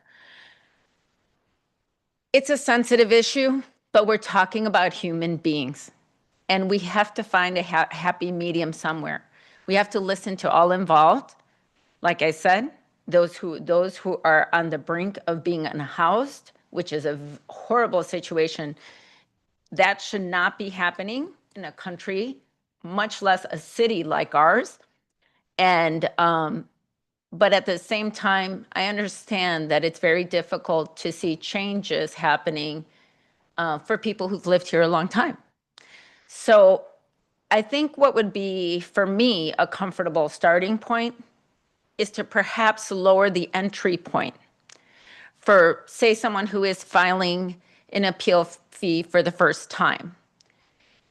And to avoid perhaps what I call a good faith, showing good faith and giving the community a chance to appeal if they really feel there's something that's bothering them, making sure that, this doesn't become sort of something they do with every proposal that comes forward, perhaps with subsequent appeals within a certain time frame, then we can adjust as a tiered system what that entry point looks like. Does that make sense? Does that make sense? I just want to make sure what I'm asking. Yeah. If I'm understanding you correctly, you're suggesting that we track who appeals and how often they appeal. Well, we want to make sure that we give people an opportunity to appeal if they're truly, really concerned. We do already have the option. If someone is truly concerned about something, we as a council can raise it at no cost to the person. They just need to come and talk with us and tell us exactly what their concern is, and we can bring that before the council. But if for some reason they don't feel comfortable, what have you, or, and honestly, I think that, we want to allow people an opportunity to appeal if they truly feel there's something that's troubling them about that. But at the same time, it would be concerning if that, I'm not calling it tracking, but if you see within a certain time frame, saying within 1 year, you're seeing 2 or 3 appeals coming for the same thing over and over, which is exactly what I was saying was the reason they ended up lowering the requirements for CEQA, which ended up hurting all of us. We have to make sure that there's also, that people who are using it with good faith and will actually do that and not are actually using it as a tool to delay development. Because they're also hurting other people on the other side who desperately need affordable housing now, yesterday actually. And they have kids and they have families. And so I think that we have to sort of balance that somehow. Yeah, so my initial reaction to your comment is that I think it's more of a question of setting a fee that you think is reasonable in terms of providing access to the process. I think rather than trying to pay attention to how often things are, I think we just would have to revisit it the next time we do the fee schedule. If we've had 10 appeals as a result and none of them are upheld, then maybe the council would reconsider at that point. But I think you could do it as a trial and revisit it. But again, it's what the right number is up to the council to decide. Because that's the only concern I have. I mean, I want people to be able to appeal if they have truly, genuinely have a concern. But I have also seen people use certain tactics to intentionally delay development because they just don't want any. Yeah. And that's just not, we could tear apart every project and find flaw in it. I'm sure we could if we really dug far enough. But the reality is that even with a current project right now, there's the initial appeal failed, and now there's another appeal on that, further delay, causing delays. And so at what point do we, the city is incurring costs every single time. And so that's what I'm getting at. It's like, we also, like, if the court system has clearly said to the complainant or the appealer, your appeal is not merited, how long are we going to continue along that cycle? Yeah, I think the trouble is that until someone decides that appeal is warranted or not warranted, you have to assume that it's valid because they're expressing their opinion about something, whether it's factual or whether it's just a preference that someone has. That's what the process is for. But at the same time, you're right, it can cause delays. But it's just how do you balance those competing interests? And I don't think the intention of this council is to prohibit anybody from filing an appeal, but we also want to maintain a stance that we don't want frivolous appeals. And again, call for review. I keep emphasizing call for review because if you can't get one member of the city council to agree to call up a project, your chances of winning an appeal are going to be pretty slim, in my opinion. But again, that's something that individuals have to work through and whether they decide to file appeals or not. But again, if you want to set a lower rate and kind of monitor it to see how it goes for a year, we're going to be back next year with a new fee schedule and we can revisit it then if it comes to that. But again, it's up to the council again to decide where that tipping point is. Right. I mean, and that's the thing. I'm trying to make sure that we're showing good faith on all ends to all interested parties, right? To current residents and prospective new residents that also need housing and work here. So I'm trying to think of ways where we can make that appeal process accessible, not so overwhelming, even though, someone's actually, there's an appeal right now that under the current rate that just got filed. So, but at the same time, I do understand that that may not be feasible for everybody. And so really our decision tonight is to figure out what's a reasonable cost. And at the same time, the only concern I would have long down the road is, someone might just say, okay, every project that comes now, we're going to appeal it, and delay. And that is also not a good thing. That could be very hurtful to the city in many ways. And I mean, it's hurtful to the city. It's hurtful to the people who need affordable housing. it's just hurtful. It's hurtful to our schools. It's hurtful to everybody too. So there's like consequences to the whole thing. There is no perfect solution. But I think that finding somewhere in the middle might be a happy start, and seeing how that works out. And again, your decision whether it's a flat fee or a deposit, it's up Yeah. to the council. Yeah. So let me see.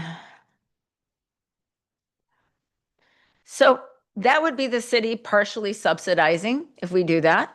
And so we're trying to show some good faith there. I mean, obviously, we also have a budget that we're trying to deal with, but but at least if maybe considering if we'd be willing to cut that in half, for now and see how that goes for this fiscal year, that might provide an entry point that is accessible to all. And it is definitely within the realm of what other comparable cities are doing.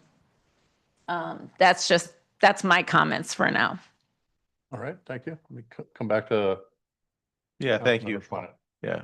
Thank you guys for your presentation, and thank you for the breakdown of the $330 per hour. And, we asked staff to come back with a plausible number because we're trying to balance the budget at the same time, not tax the residents for frivolous amendments and appeals, et cetera.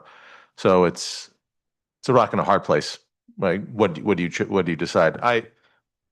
From what I stand, I think a tiered system makes sense, and I think a tiered system, I'll just say it, a tiered system, a deposit, make it a straight deposit fee for each tiered system. So for the zoning administration decision appeals, make a tiered system, start at 1,500. For the planning commission appeals, land use decision, we'll do it at 2,500. And for the planning commission appeals involving residential, commercial, mixed use development projects, $5,000. And, we have, let's not forget, we have the call to, you used a phrase, sorry, Lauren. Call for review. Thank you. We have the call for review. And even after the call for review, we have, citizens can still come back and request a refund from council.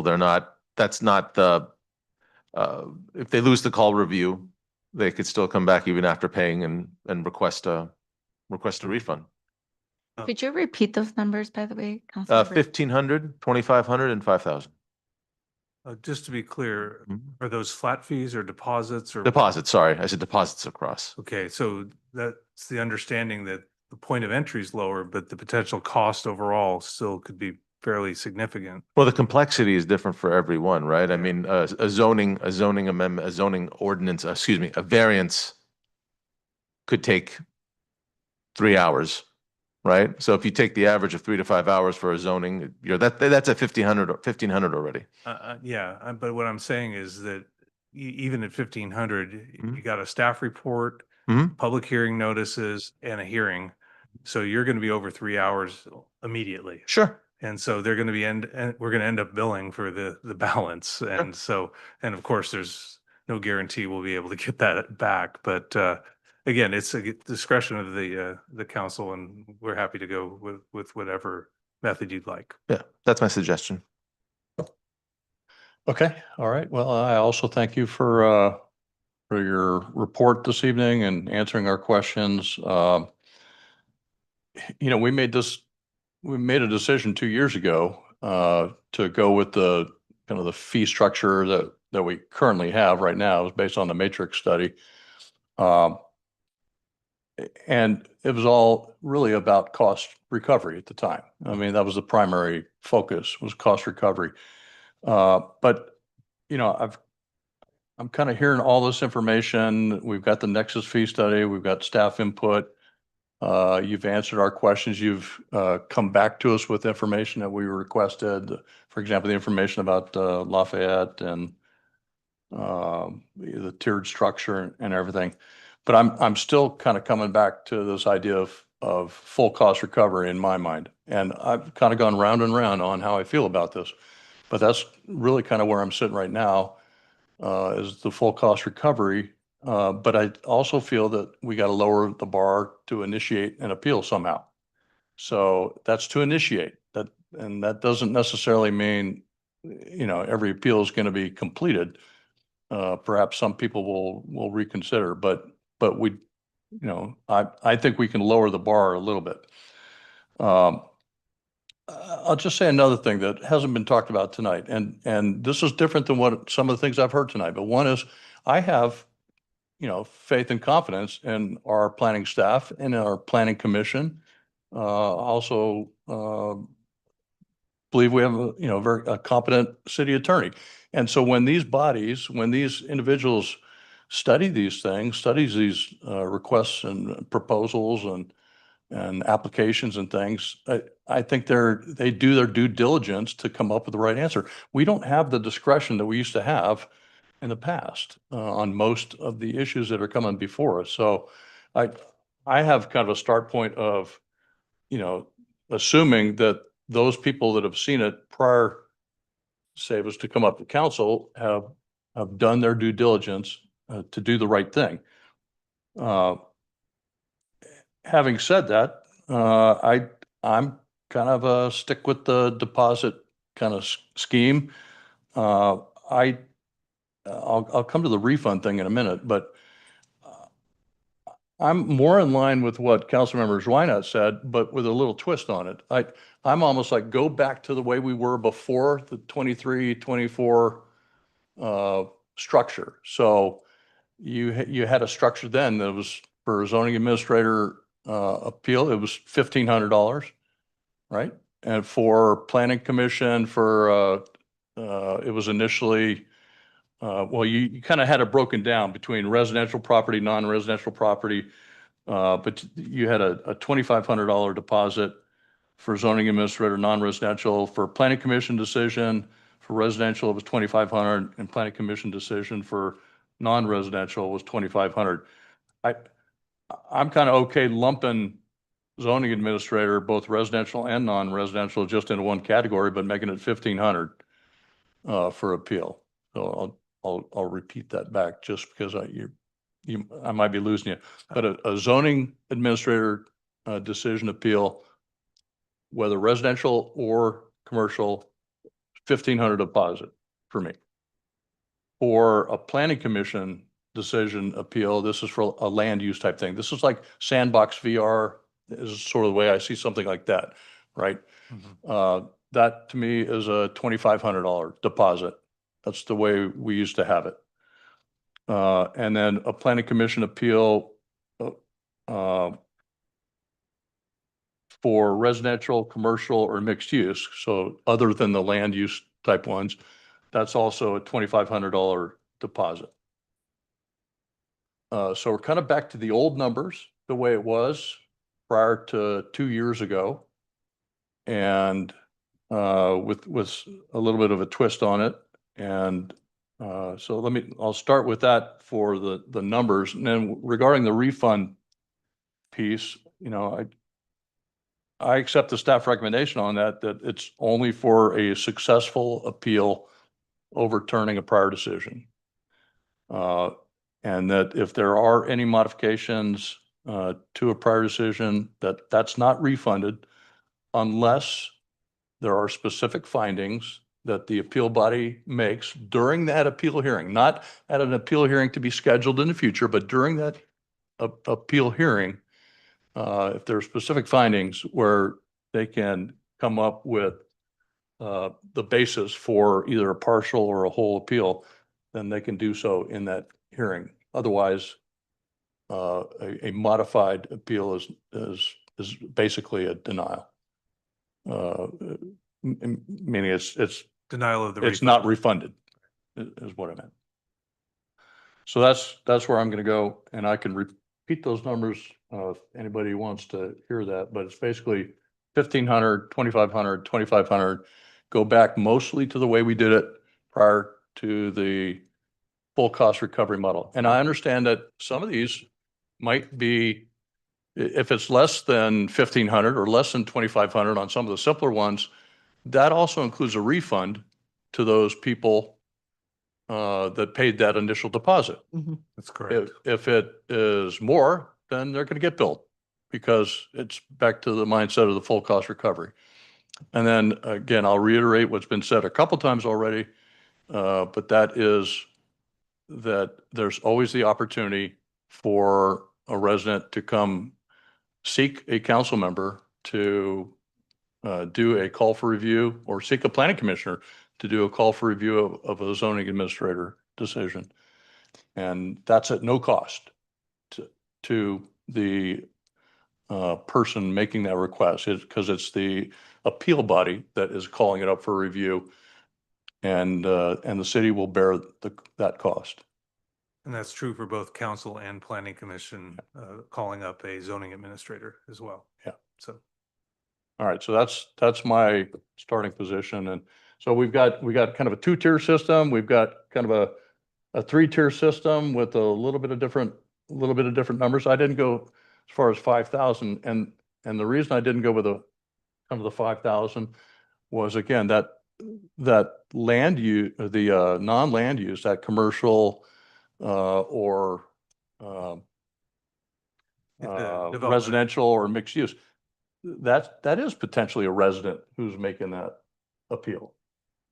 Even if it, appeal of a planning commission decision, for example, on a project. So yeah, but I mean, if I'm kind of interpreting that correctly, so I want to have the bar lower to get in, but I don't want to raise the bar.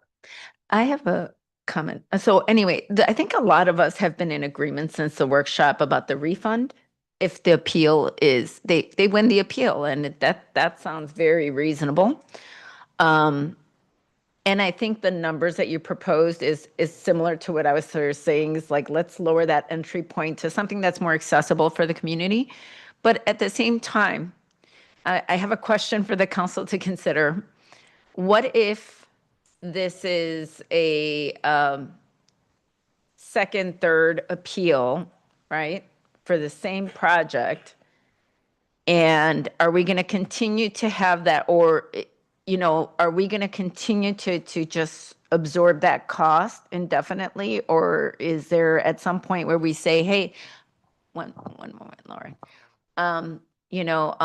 we have to start charging the per hourly rate to make sure that we're not incurring indefinite costs? Just curious. I want to understand your question. So if somebody makes an appeal, they lose it, you're suggesting that they can make the same appeal again? No, they can still appeal it again. If an appeal can fail and they can resubmit. I don't think so. Didn't they just do that right now? But one quick You one. got like a 10-day appeal window. So it's a one-time appeal. No. Or alternatively, I'm just saying, my point is, if they lose the appeal, we subsidize it still, right? No, this is not the one Mayor Armstrong is proposing is not a flat fee. What he's proposing is a deposit. So if it is 1,500, the entry level is 1,500, but if the fee goes to 5,000, they have to come back and then they have to pay that money. Then only they can continue. Once they meet the 1,500, and if staff So come they back won't and have say to that, pay the difference. yes. So there is no subsidy in this case. So they have to pay all the money. And that's the way we did it in the past. Yeah. So Let me try and clarify a couple points. With regards to the multiple appeals the decision of the city council on appeal is going to be final, and then they go to court. Now, you can have multiple people appealing different items of a project. So say one person's appealing the design, another's appealing CEQA. You could have multiple appeals that would still be considered by council at the same time. And then the decision would be final, and the next step would be go to court. You can't just keep refiling with the same appeal body on the same thing. And so that would be, again, structured. Now, the deposit-based thing, we're not going to delay going to council due to non-payment. We're going to have to pay or invoice people, but once the appeal processes start, we have to conclude it. And I'll defer to the city attorney if I'm misspeaking, but I believe we're obligated to process the appeal in a certain amount of time, and then we would invoice the person and potentially figure out how to collect the money if they're not inclined to pay us. I'm more talking about when it actually already goes to court and someone, if the appeal fails in court, someone can, That's, It's not an appeal anymore, it's That's a not- lawsuit. it's a lawsuit. Okay, but can they, okay, so at that point, once it gets to that point, just so that I'm clear, they can't submit another appeal at that point. No. They just keep going through the courts at that Through point. the courts and again, I'll defer to the attorneys, but the court would decide if damages are due or refunds and how that all works, whether the city's entitled to recover costs or whether the applicant's entitled to Because, tax. right, right. Okay, all right. Just wanted to put something out for consideration if that is, happens. But then you're saying just right off the bat, lower the entry point and we will in the end charge whatever is the cost, the full recovery cost it becomes a billable item. kind of item. Collection, Yeah. collection item. All right. All right. Other thoughts on again, got a couple tier systems, couple different sets of numbers, a little bit of discussion on the refund business. But I think we need to be crystal clear on what Mr. Barr takes away here on so he can write, I assume you're going to write up the resolution and or make any adjustments. We will make adjustments to the fee schedule itself, and we can include footnotes related to refunding of appeal fees unless there's additional process that needs to go forward. But I think just spelling out what we hear tonight is what we're trying to do in the fee schedule itself. Well, for me, 2 years back, we went through the same thing. Again, we are going back to the same thing, right? So that doesn't, because there was a reason why we wanted to check it and see how it works. So if we are going back to the same thing, then it's like we are going backwards rather than moving forward to see how we can help and support our community. That's the only thing that otherwise, yeah. So Yeah, it's, I think the only, I'm still all about the full cost recovery, but somehow figure out a way to lower the barrier or the bar to kind of get the initial appeal going. And if it's a simple one, it's billed, it won't be billed out too much more. But if it's a very complex one, then, that's the cost of doing an appeal. And if there's really concern about that, then you come up and you get a council member to do a call for review or planning commission, depending upon the level of the appeal body. So yeah, I'm going back, but it's actually lowering the initial entry point to get the process going. But yeah. the only way I could see doing that differently would be to have it as a flat fee instead of as a deposit-based system. I don't know. What's the pleasure of the council here? I'm 20% of the commentary up here, so I would love to hear the other 80%. Want to get a little more background on what I'm. Could I ask one more question for the staff just to get information? Sure. Because one of the commenters mentioned about Concord, the 95 initial deposit to apply plus the spread of the cost with being split between the applicant and developer. Do we have any numbers on how much that has in the end cost in some of these applications to either respective party?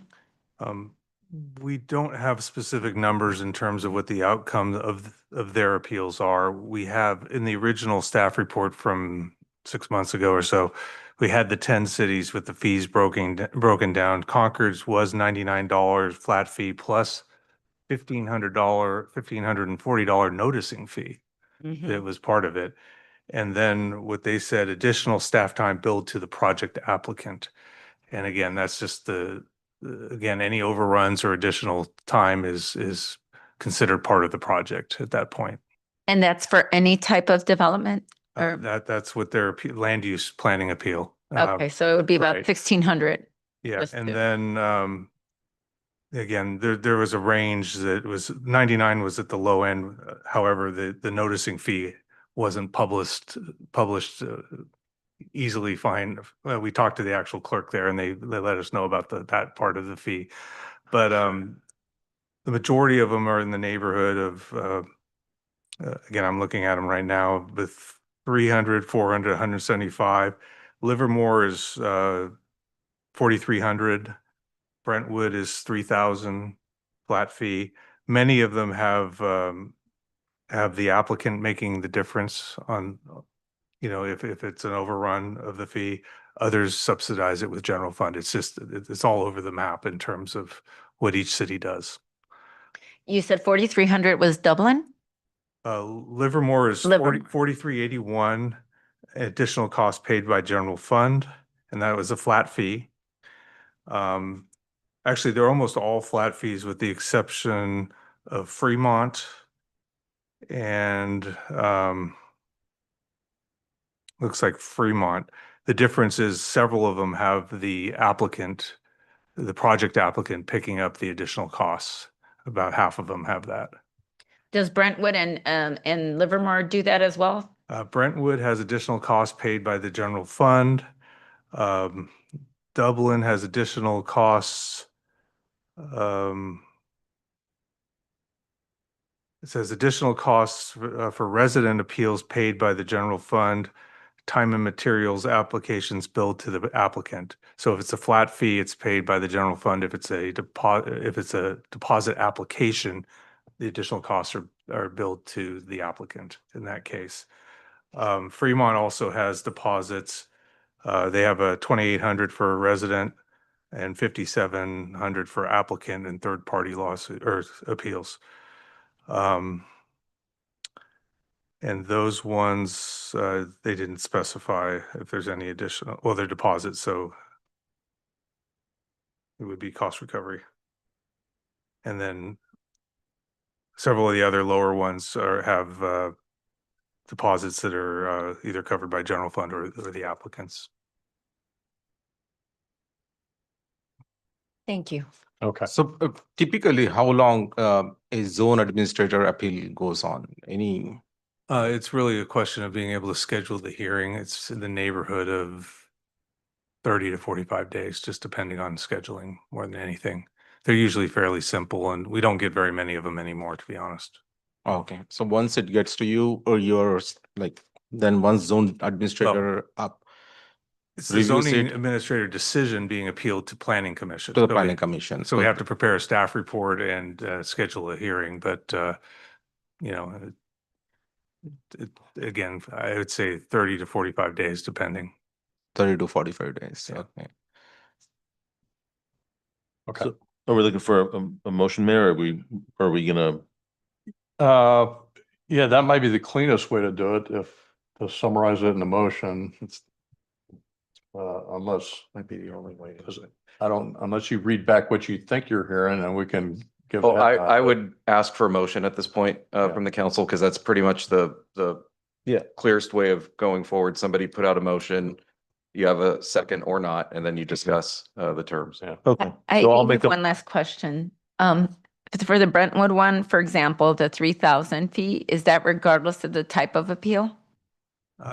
Well, it's based on a land use appeal, so it's regardless of whether it's a land use or a development application. That's just the basic appeal process. It's not for like a code enforcement case or something like that. It's a development application appeal. Okay. So So you want to make your So- motion? Okay. You want to go ahead? oh, okay, yeah, sure. So I make the motion that we adopt a tier-based approach for the zoning administration, decision appeal, residential, commercial, $1,500, 1,500 deposit. Planning commission decision appeal, land use only, $2,500 deposit. Planning commission appeal, residential, commercial, mixed use, $2,500 deposit. Refund, if appeal successful, or returning the prior decision, there's a full refund. Do we also have to, for the call to review, would that also have to be in? Would we also have to? Call for review is an existing process. Is existing process, okay. Okay. The other part of it was whether or not you'd want to do findings for refunds of unsuccessful or modified approvals. Yes. I'd like to have findings for refunds for unsuccessful or modified approvals. So that's basically, to clarify, basically is sort of stated in the packet. The same in the packet, right? Yeah, modifications to prior approval would not be eligible for refund unless specific findings are made by the city council outlining the basis for a whole or partial refund. Correct. Okay. Did you understand the motion? Yes. So we're limiting a refund to a successful appeal, right? That overturns the prior decision, correct? Yes, unless there are specific findings during that appeal. I'm gonna Yes, that's right. speak. I mean, that's kind of what it says here. Basically, if there's modifications to prior approval would not be eligible for refund unless specific findings are made by the city council outlining the basis for a whole or partial refund. And my only caveat to that is it's during that appeal hearing and not at a future scheduled hearing. Those findings have to be clear at that time. Okay. If I could just ask for some clarification on the specific findings. So you're asking staff to come back with what those findings should be? No. And if not, then at what point do we adopt those findings that need to be, that need to be found? Yeah, I would say during the appeal process, if the appeal body decides to do a modification, you know, based on the appeal, the content of de novo hearing, and it decide to do kind of a modification of what is being appealed, then the council is the one that makes the findings. Okay, but when I hear the word findings, I hear some factual finding of something that's predetermined that we need to find before we can adopt that specific thing. So when I hear, you know, findings about, you know, any number of things, we already have those at hand in order to make the decision. Well, okay, in my opinion, if we're going to try and determine those and that list of findings, that's a slippery slope that I don't know how we come up that list ahead of time. Right. Well, my concern is that slippery slope because there's an equal protection issue if we're adopting findings of one sort for one hearing and then the council decides on different findings at a different hearing for the basis of returning and refunding fees. So I think if we're going to talk about findings, maybe my office takes a stab at them ahead of time so that the council could see what they might look like. Otherwise, I would be very hesitant to say that the council gets to make up its own findings as it goes along. So are you suggesting it may be just better that if the appeal is in whole and its entirety successful, then we refund it? If Right. it's not, then That would be leave the it. easiest way to do it. Yeah. But you know, if the council wants us to take a stab at coming up with objective findings, then, you know, we could certainly try to do that. No, I don't think, I think that's a slippery Thanks. slope. Yeah. That's a mess. Yeah. But if it's successful, I'd rather, in that case, keep it clean and just, it's a successful appeal, refund. refund them. Right. Period. I agree. End of story. Yeah, that makes sense. Not Not 100% successful, exactly as appealed, then that's it. Any modified, no refund. Any modification or any change is no refund for that. So Well, it wouldn't be successful unless it was denied. yeah, if it is denied, yeah. Okay, so is that a modified motion? Yes, the modification, removing the modification. Yes, it's a modified motion. All right, we have a, do you understand the motion? I do. We have a motion. Do we have a second on that? I'll second. Okay. So can you do a Yeah, vote no. in progress here?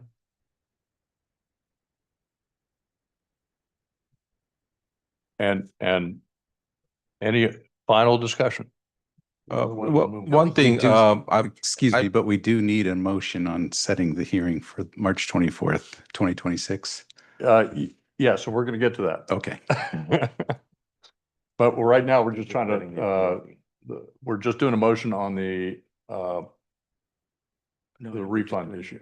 Or no, the tiered. The tiered tier structure refund. and refund, Okay, yeah. Right, they're voting. So considering, just want to make a point, but considering that the applicant can always go to planning commissioner as well as to the city council member. And so keeping that in my mind, I think we going back to this. Going back to what we used to get to the lower entry level. So that's, I think pretty, I think it's a decent, agreeable solution, I think. So that's the reason I'm going with this motion. Okay. All right, everyone voted? Yeah. Okay. Okay, so then that's the way we'll proceed with the, certainly we'll review it again next year. We'll see where we're at. Yeah. But now we have to do A vote for to the fee decide on schedule. a Yeah. public hearing. Yep. And set that date for, what did we say, March 26th? 24. 24? 24. Okay. Yeah. So I move the motion for public hearing. Do I need to read everything that? Okay. I move the motion for public hearing on March 27th. 24th. Public hearing and adoption. Public hearing and adoption on March 4th. 24th. Okay, and Yes, I'll second that. And just, yeah, that's fine. okay. Is that what you need there, city attorney? Okay.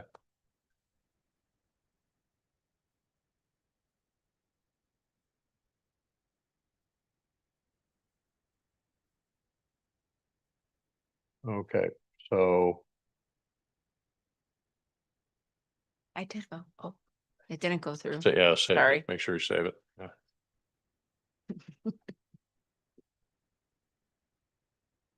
All right, so past 5-0. So with that, then thank you, Lauren. Thank you, Yulia, and we'll move on to item 9.2. Let's take a 7-minute break. We'll reconvene at 9:20. 9:11. I'm sorry. What is it? 9:11, right? Okay, sorry. Well, Just wanted yeah, to- 9, Yeah, that's good. 9:20. We're going to reconvene.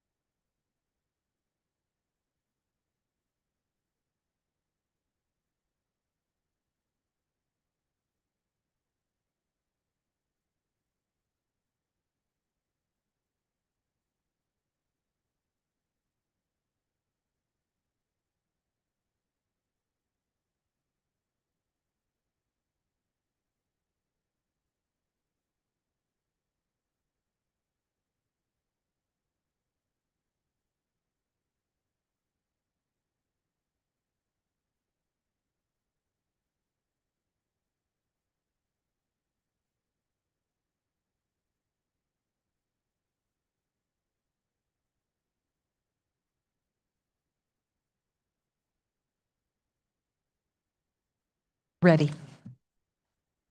Okay, council's back in session now. We're moving on to item 9.2. This is about a public hearing regarding an ordinance and changes to the San Ramon Municipal Code, and I'm gonna let Ryan Driscoll provide a staff report, and we'll go from there.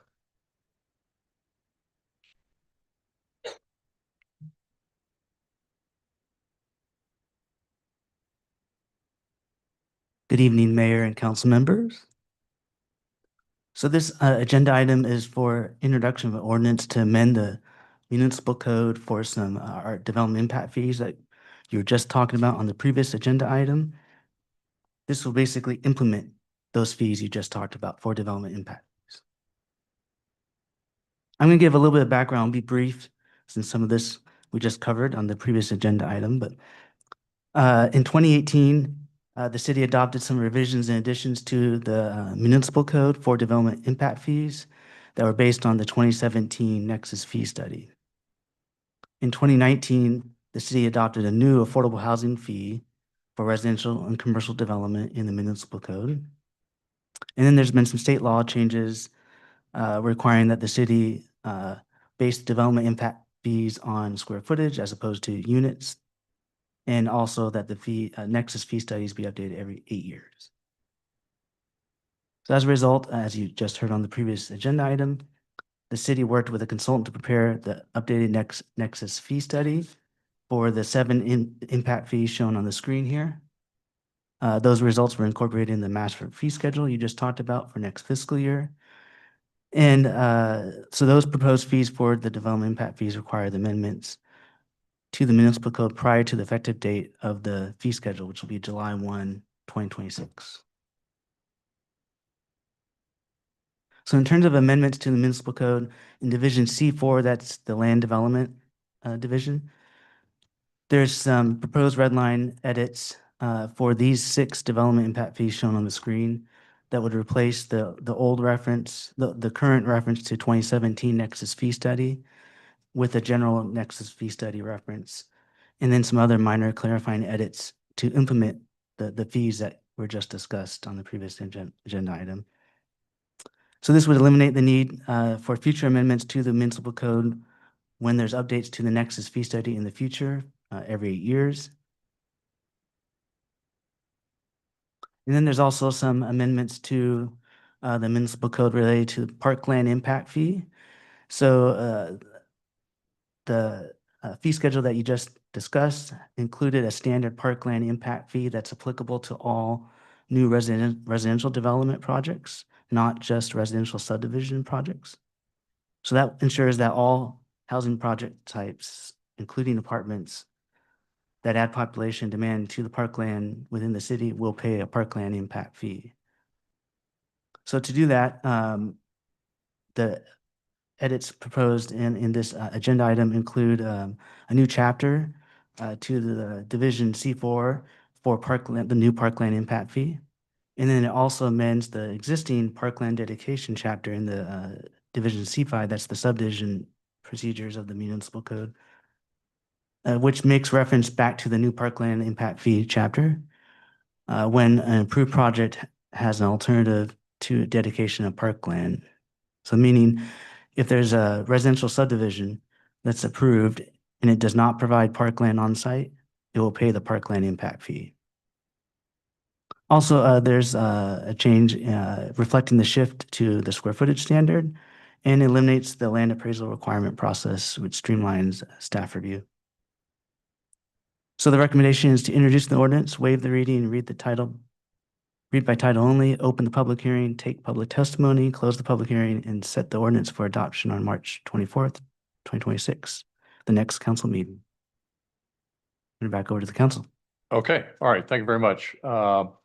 Let's go around for clarifying questions on the report. You've got the staff packet, you've got the report. What are your questions? Anyone? I mean, a lot of this was already kind of brought up in the previous item, but the only thing that really came to mind initially was, how long has this AB 1600 been around, been in effect? Oh, I don't have the original date, but some of these amendments were the last few years. Yeah, It's constantly updated. yeah, okay. So, but it's, I guess, fairly recently. Sorry. Oh, no, go ahead, go ahead. After you. I did have a. Turn the mic on. Thank you, Ron, for your presentation. I did have a question related to, and I wrote this down here. The Parkland level of service metric, that's measured by residents, right? Number of residents? Like Yeah, there's an acreage requirement okay, per 1,000 residents. 1,000 residents. Yeah. Okay, that was, thank you. Okay, Yeah. that was it. And did you want the standard in the ordinance? If you can, please, It's yeah. 4.91. That's in the ordinance. And then there's a standard in our general plan 2040. 4.91 acres per 1,000 residents. Yes. Got it. Okay. Most California jurisdictions, they have this?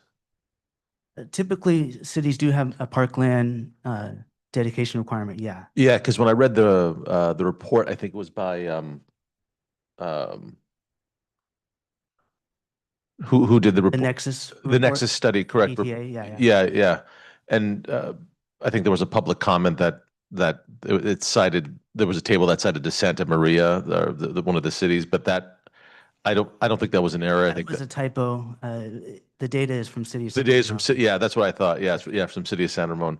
So that's when I read the review is I figured they factored in a lot of municipalities within the state of California to come up with that.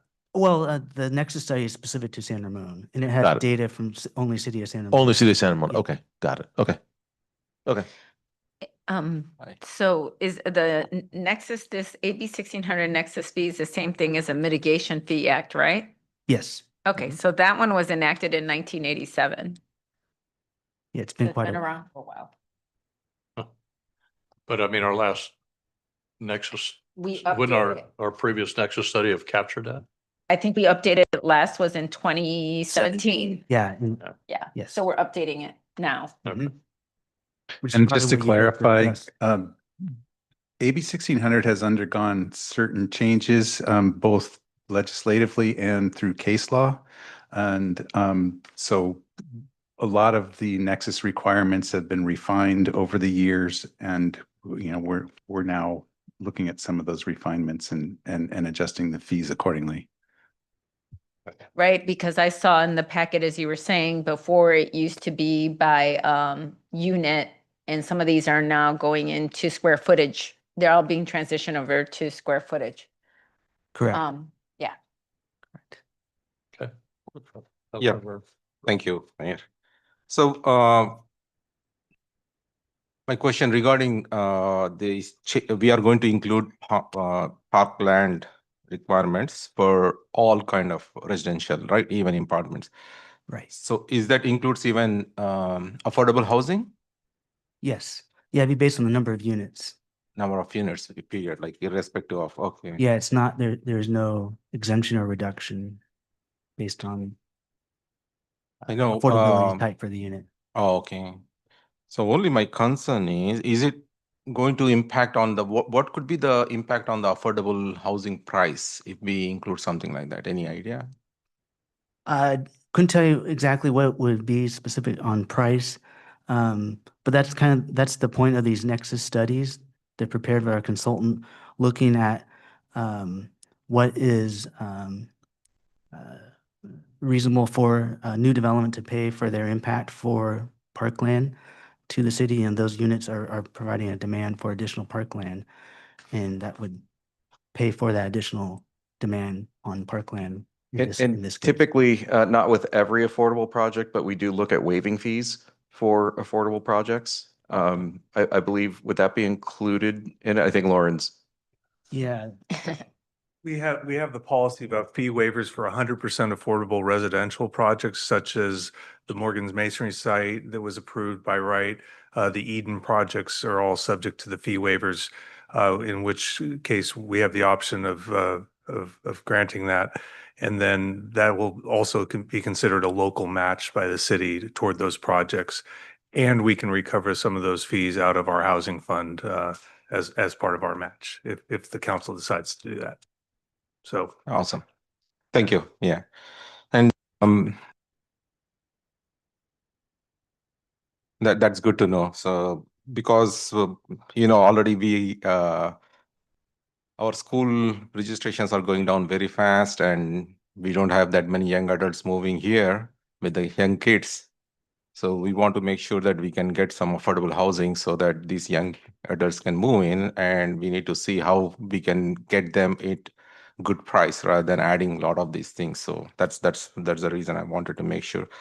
Now, typically whenever in our community, sorry, I'm switching to the next one. So typically in our community, whenever there is some development happens, the first question they always ask us is, at least me, is that, hey, what is the impact on traffic? So is this Nexus study going to include even the transportation, or is it a separate item? This Nexus study only looked at the development impact fees. It didn't look at traffic impact fees or transportation impact fees. That's Yeah, Does, is it- does the new bills, those bills that was just trailer bills from last year that I mentioned, I think they also affected traffic studies, right? The AB 130, I mean, with AB 131, SB 130, is that correct? One of those? I always flip those numbers, but it's those two trailer bills from last year. Did they not also impact those traffic? I'm not sure about the traffic impact fees. They do impact traffic and what counts in Studies. terms of studies. The engineering services department updated the impact fees for traffic last year. And so they did a similar process with a Nexus study, but that's done through engineering services. This is only related to the planning side of things and the fees that we collect through building permits. Those are invoiced through engineering. Okay. But they do the same process. There's a Nexus study to make sure it's applicable. And we also coordinate with the outside agencies that have their own fees. So. Okay. Oh, when you say outside the agencies, is it includes like our water district? No, sorry. When I say, I meant to say traffic outside agencies. So the JIPA fees, so we have the city traffic impact fee, which there's a study done for. And then there's the joint powers authorities that have the fees that they collect for regional traffic impact fees. And so there's a total of 4 traffic impact fees that are collected. And so there's Nexus studies that are done for those. We only have exclusive discretion over the city TIF, but those other agencies through joint powers agreements develop their own studies to rationalize how much they can collect. Oh, okay. Yeah. And piggyback on that one. So is it like, how about the water district or garbage, all these?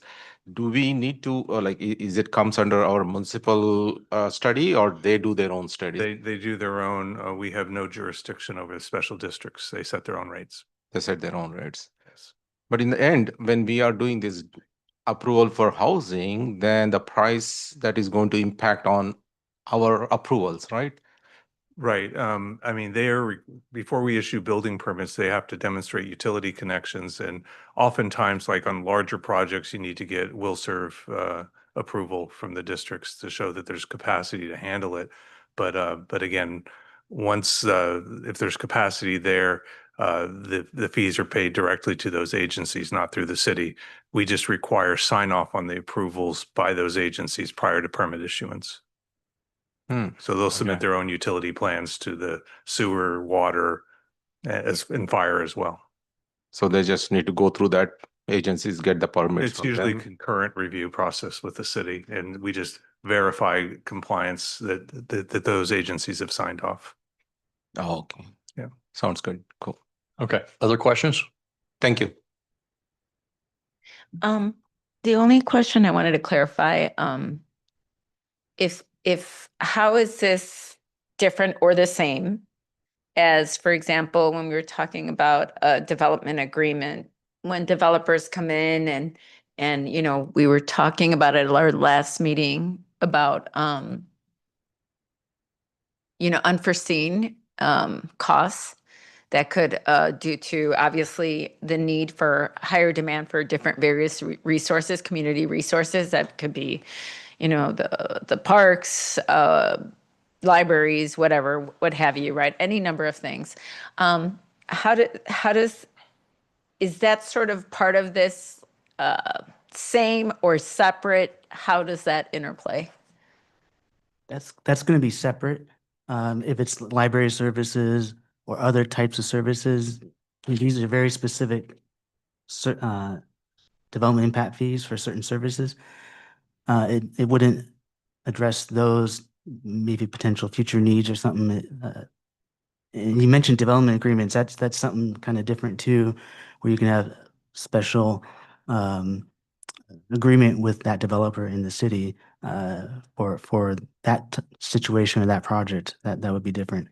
And Not is sure if that that answered your question exactly, but yes and no? Because what I'm trying to understand is like, is there a way that just kind of projecting that we will require more community resources for a whole host of things down the road with population increase, of course. Is that something that we can put into our municipal code or some kind of ordinance where it's kind of part of a developer agreement? Is it like, in other words, when they come in, they know they're applying for a project. It's kind of the terms of engagement, if you know what I mean. Is that something that we can do or no?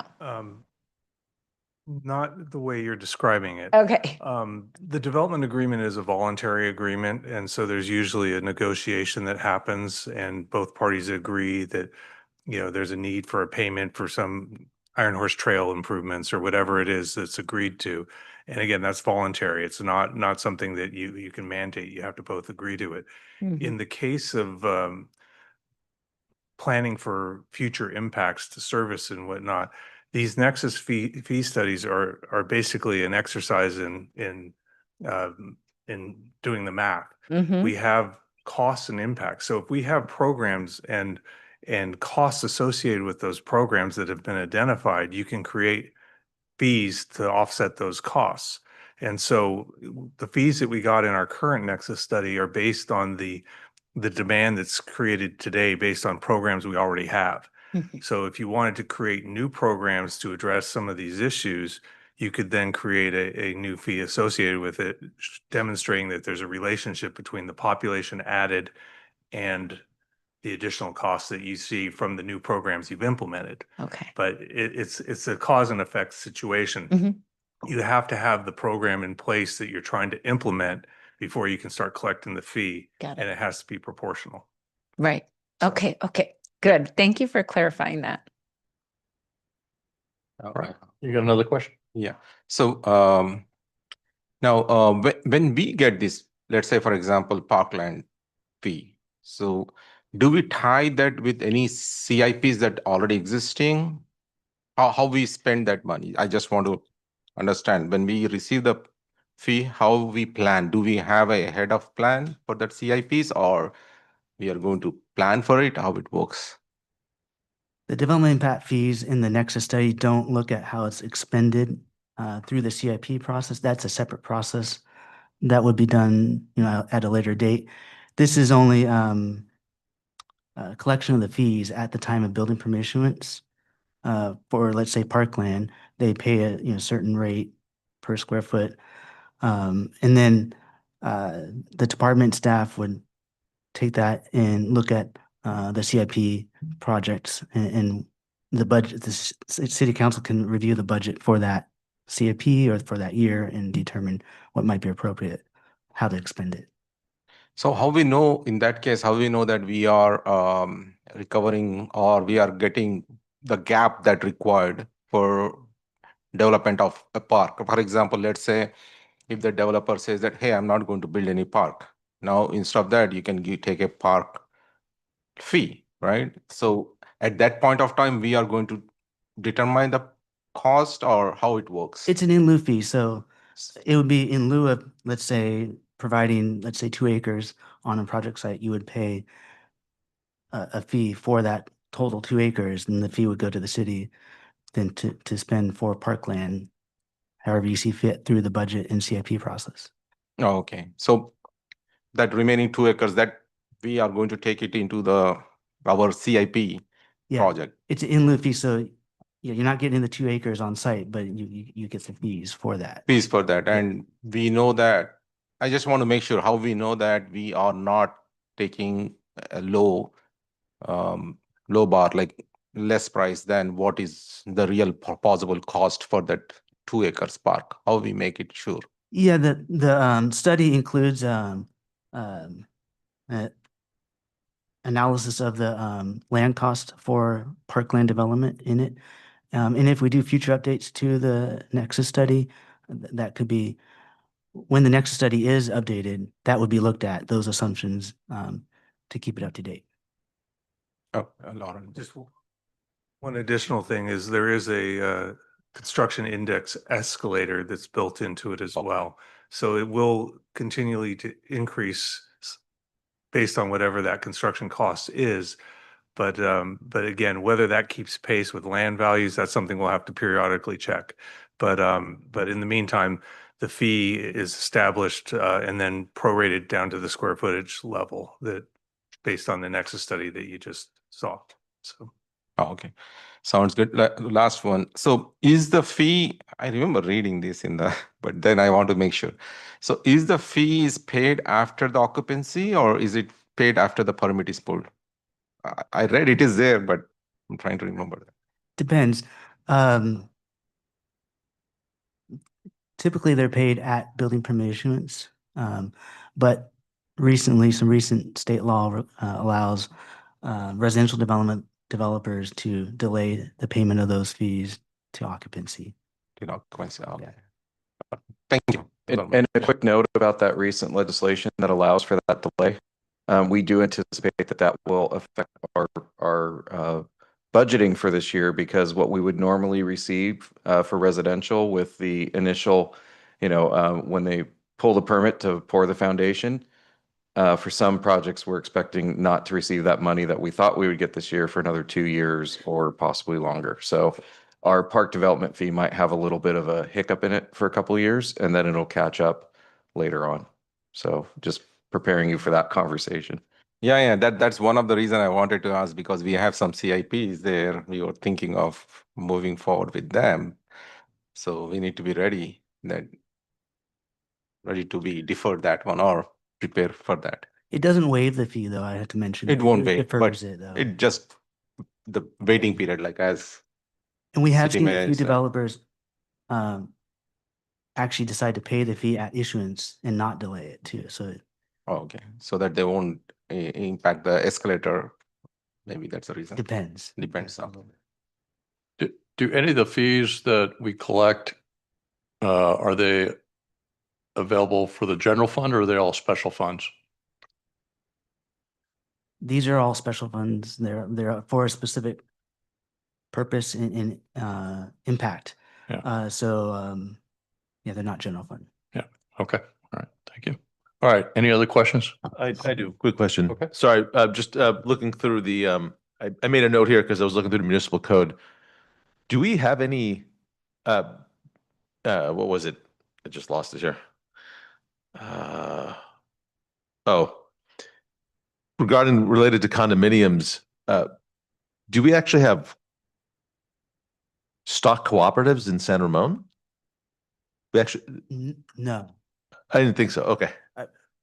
I was just curious because I read in the ordinance, one of the exemptions was stock cooperatives are exempted, but the only time I've ever seen stock cooperative is in New York I think that's some standardized Was language that okay? related to more subdivisions and stuff like that. Got it. Okay, yeah. We don't have any here. Okay, okay. And so We have condos though.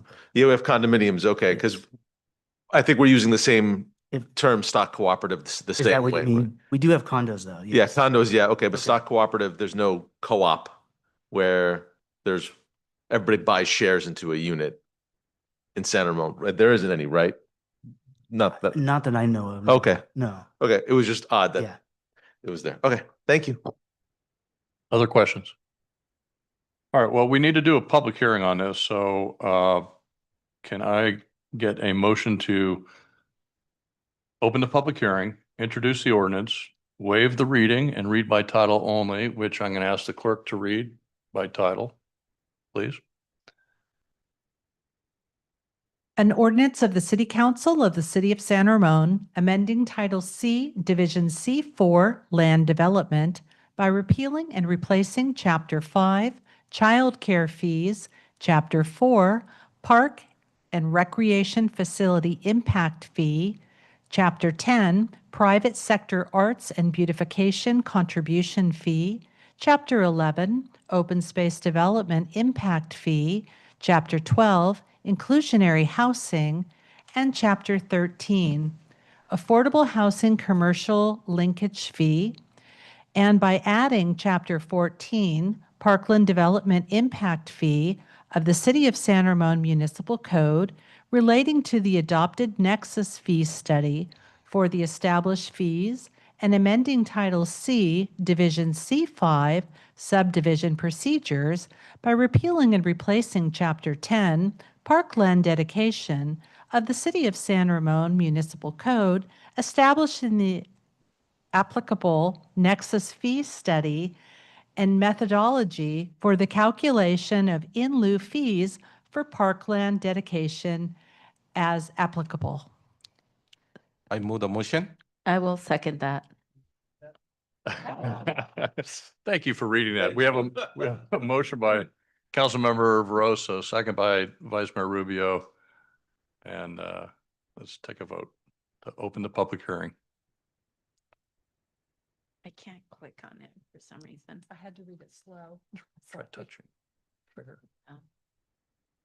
Doesn't.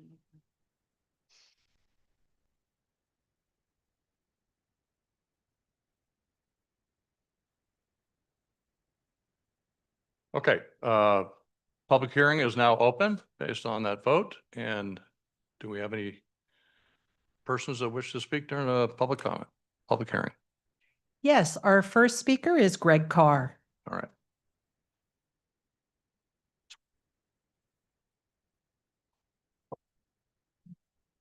Greg Carr, San Ramon resident.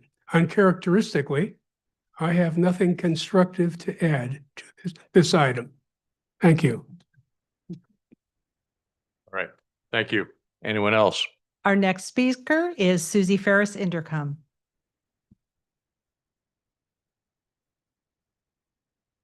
Good evening, Mayor, Vice Mayor, council members. Evening.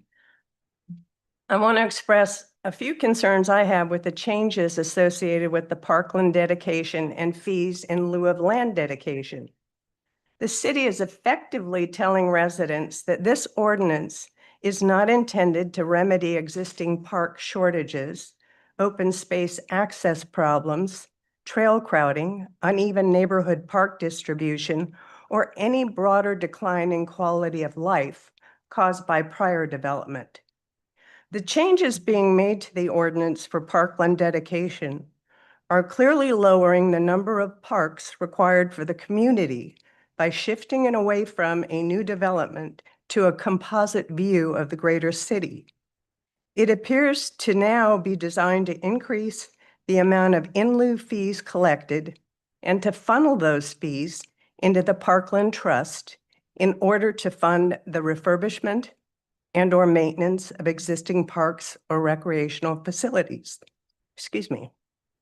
Because this shift will limit the possibility of new, large-scale parks with recreational facilities, I would like to propose that the city consider the use of the Parkland Trust monies to purchase the Club Sport tennis court property associated with the proposed Toll Brothers Townhome project.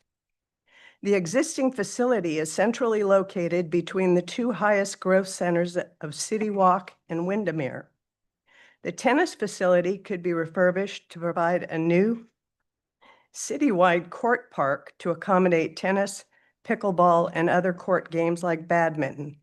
The facility could provide additional business and revenue opportunities by utilizing existing facilities for food and beverage, equipment, and other vendor sales. In addition, it would support the continuation of a well-known, qualified tennis program and promote the growth of new classes for pickleball and other court sports. Adoption of such a long-term court facility plan would guarantee adequate court facilities for the projected increase in residents, and it would possibly eliminate a protracted legal battle over a much disliked housing development plan that lacks the legal foundation to build such a housing project without any legal right-of-way ownership. Thank you. Thank you. Okay, thank you. Next speaker, please. So I have no more speaker cards. We did receive written public comment from Jim Blickenstaff, who does not want to speak. I don't know if you want that into the record, or I can provide that after. Also, we have written public comment from Brian Swanson, which is in front of you, and also in the back of the room in the red binder. Okay, so, well, we need to consider all the public comment that's accessible to us. So I'm not aware of Jim Blickenstaff's comment. So would you please read that? Yes, he provided a speaker card and just said he did not wish to speak. Comment, both Brian Swanson and Susie Ferris Idricum make several good points as to why this needs to be evaluated further. A big quality of life issue. Parks are at stake. Please continue the public hearing. Thank you. Okay, all right. Thank you for that. All right, council acknowledge that? Got it? Okay. All right, if there's no other written comment, no other in-person comment, then can I get a motion to close the public hearing? So move. Second. Motion Vice Mayor Rubio, second by Vice Mayor Rose. Let's take a vote.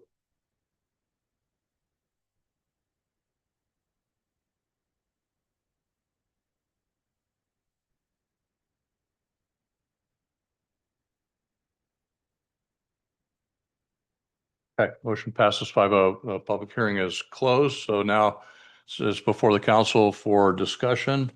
Does anyone have any comments?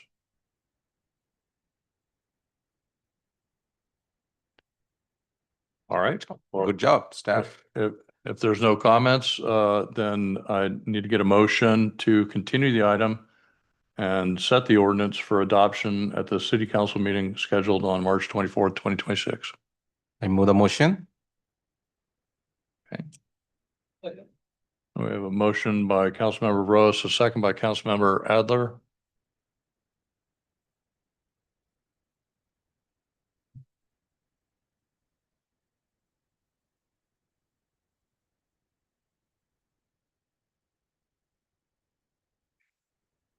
Okay, motion passes 5-0. So we will set that ordinance for adoption at the next meeting, March 24th.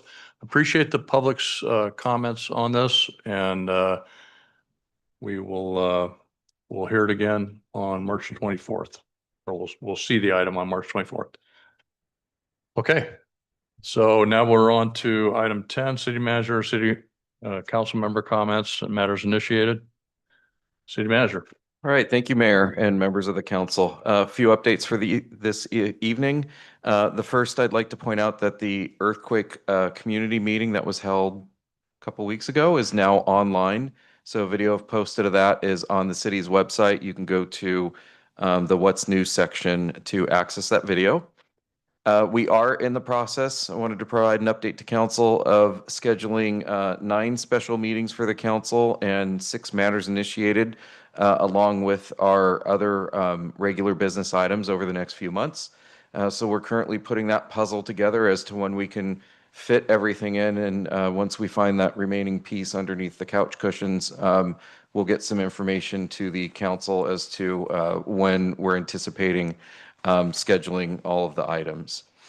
And then finally, this evening, I'd like to provide an update about the bridge. The bridge, since the last council meeting, we've won several additional awards.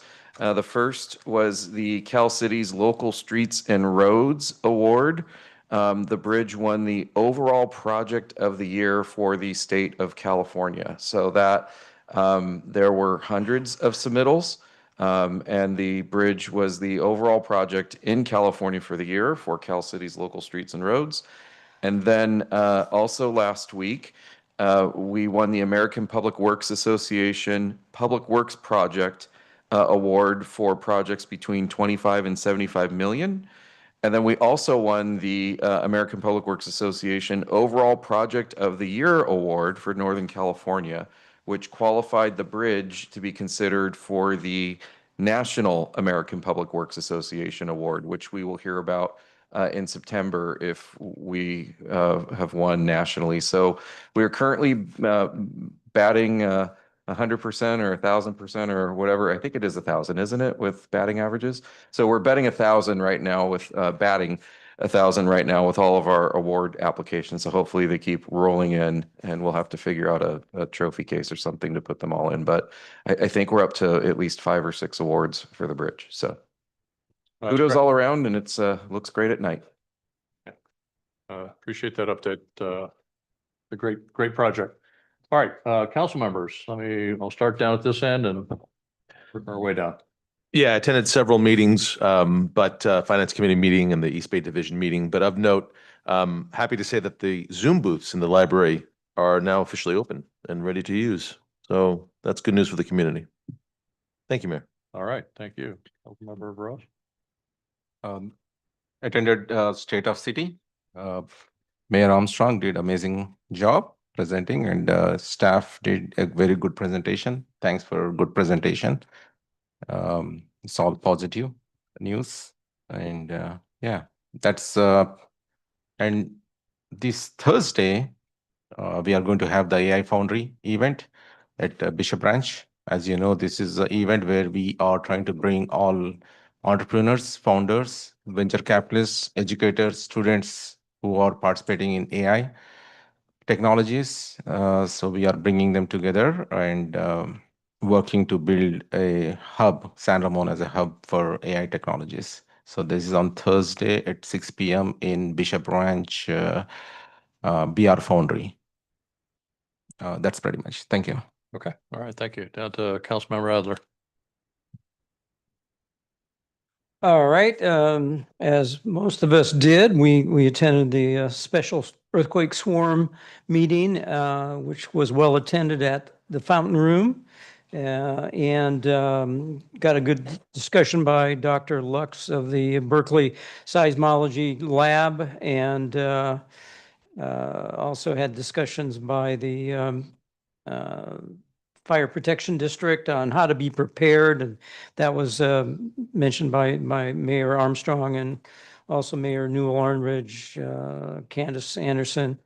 Yeah, I think one of the big things that Dr. Lux said was that the surge doesn't predict when the big one will occur, so that and preparation is the key. On Monday, the 2nd of March, I went to the Museum of San Ramon Valley Board of Directors meeting. It was my first time. I just got put on that committee. And it was held at the train depot, and heard a discussion about an interview about the one-room schoolhouse, which was actually on television, and talked about the history of that started in 1889, and a lot of our kids here in the school district go to that. One day they go look at that, and that was around until 1946, actively used. But it's good that we still have that in the valley for the kids to see and give a little history. And right now they've got the Anza expedition exhibit also at the train museum, and that's something that I think residents should go to get a little history about that exhibit, which happened 1775, 1776, and came from Arizona, and they actually went to towards our area. That's a good exhibit. And then we had the State of the City address, of course, and which is always good to hear Terry Keeney, who's I think of him as the Ryan Seacrest of the emceeing events, and also Danielle Cook with the Chamber of Commerce. So that was a great event.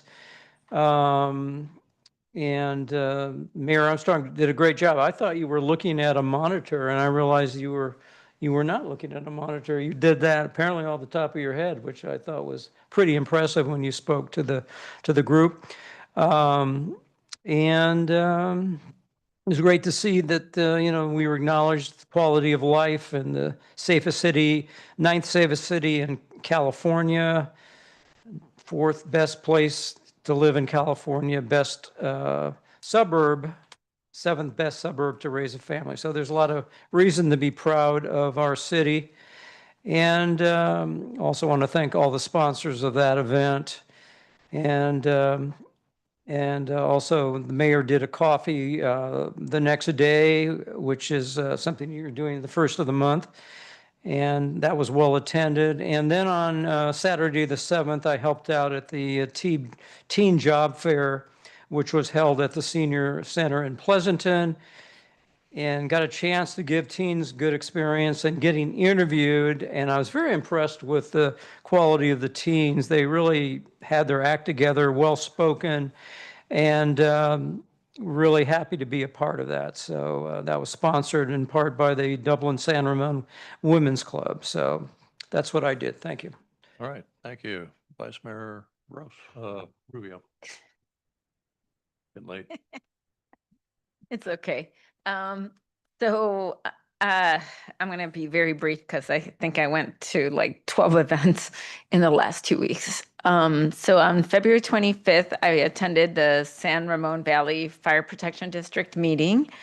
And then on February 25th, also, I attended the San Ramon Valley Village Soft Lunch Celebration, both here in San Ramon as well as Walnut Creek. Basically, they're a community that's dedicated to working, providing senior services, whether it can be anything from transportation to food or what have you, just a multitude of services, which was very helpful. Then on February 26th, I attended a SIWA event. There was at the senior center. And there was some meditation, but there was a design bags for people who need food. There were bags that were going to be donated for people to use who are in need of access to food, and they're bags that they can hold on to. We hand painted and designed them. So it was really nice. Also, February 26th, I attended the East Bay Division meeting where we heard from Senator Wahab, Grayson, Arreguin, and McNerney. Then on February 27th, I attended the San Ramon Valley Unified School District Liaison meeting. I would say the biggest takeaway is that they may be considering a tax measure for infrastructure issues. And then February 27th, also, I attended the earthquake preparedness where we had a seismologist from UC Berkeley who at least explained a lot of the activity and why it's happening. Again, and the mayor provided it, as well as the mayor from Danville provided some insight about what we can do to be best prepared if a bigger one should happen. And we also had this Supervisor Anderson there, who also provided some county level resources that are available. Then on March 2nd, I attended a senior advisory committee meeting. March 4th, I went to the State of the City address. I believe everybody was there. And then on March 5th, I attended the Marketing, Planning, and Legislative Committee meeting for the County Connection. I would just say that there are some key bills. I won't go into it because then it's going to take too long. But if anybody's interested, I would say look at AB 1944, SB 1408, AB 1383, and AB 1599. Those are the bills that they are watching right now. They are opposing the SB 1408 as it stands. And then on March 5th, I went to the Contra Costa Mayors Conference in Hercules. And there we had a presentation by John Muir and some of the people talking about related to the conversation, the presentation we had here, and talking about how some of those the impacts that may be experienced as a result of the decreased federal funding and increasing cost of healthcare insurance, and how that could affect our healthcare delivery. And then on March 9th, I went to the Senior Foundation meeting where we really spent most of the time was updating the budget. They've really made some, the bingo has been extremely successful. So there's a little more investment in that. And they've also been bringing in the revenues. And I think it needs to be said, Jersey Mike's at their one of their last events, special events, actually gave them basically absorbed the cost of the food for our seniors at the event, which was about $1,000. And they asked me to share that with you because they thought it was important to share businesses, the goodwill of our fellow business partners. So I think, I do have just one matters initiative. Do you want me to wait? Yeah, let's just wait a second. Okay. All right, I'll just cover a couple of the things that haven't been talked about yet. One is if you didn't know, the place that used to be Chevy's, the restaurant, is now the Primrose Daycare. So they had a ribbon cutting on the 26th of February. It's a great location for that daycare. You got a Tesla supercharger in there. You got Clementine's. You got a market. You got the park and ride. Gas station. So they got a good spot for that, but it's part of a franchise, Primrose Daycare, and so or Primrose School, and the current owners have 3 of these, but they're really excited to be opening up in San Ramon. I also attended on the 27th of February. I attended the Citizens Court Council Policy Advisory Committee meeting. So at this is where we have the school district, fire district, police department, the city of San Ramon, town of Danville. We get together about quarterly and we discuss emergency preparedness type items. We're going to have an exercise in September. So it'll be a sheltering exercise. They'll have a portion of that will be in Danville, a portion will be in San Ramon. But we'll activate the EOC.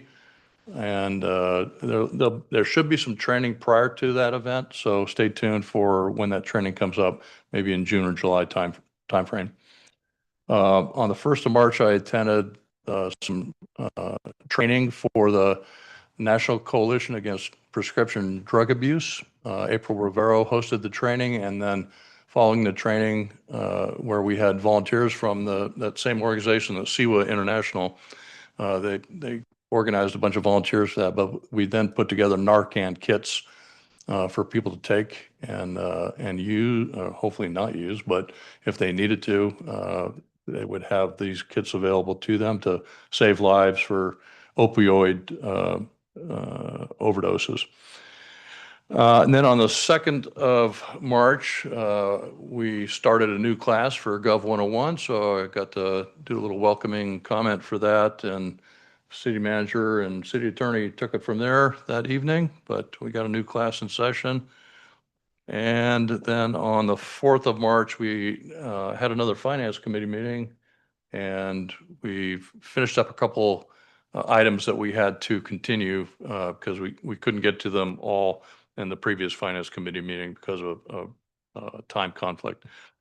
And then let's see, a couple things coming up next week. We've got on the 18th, the Tri-Valley Nonprofit Alliance. There's a mayor's panel, so all the mayors of the Tri-Valley will get together over at the Bankhead Theater, and we'll talk about nonprofits. And we've done this every year for the last few years.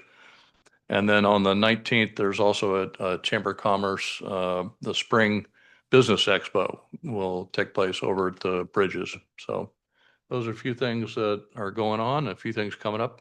And with that, let me go back to Councilmember Rubio for matters initiated. Vice Mayor. Boy. We're going to go to sleep thinking about it tonight. Go ahead.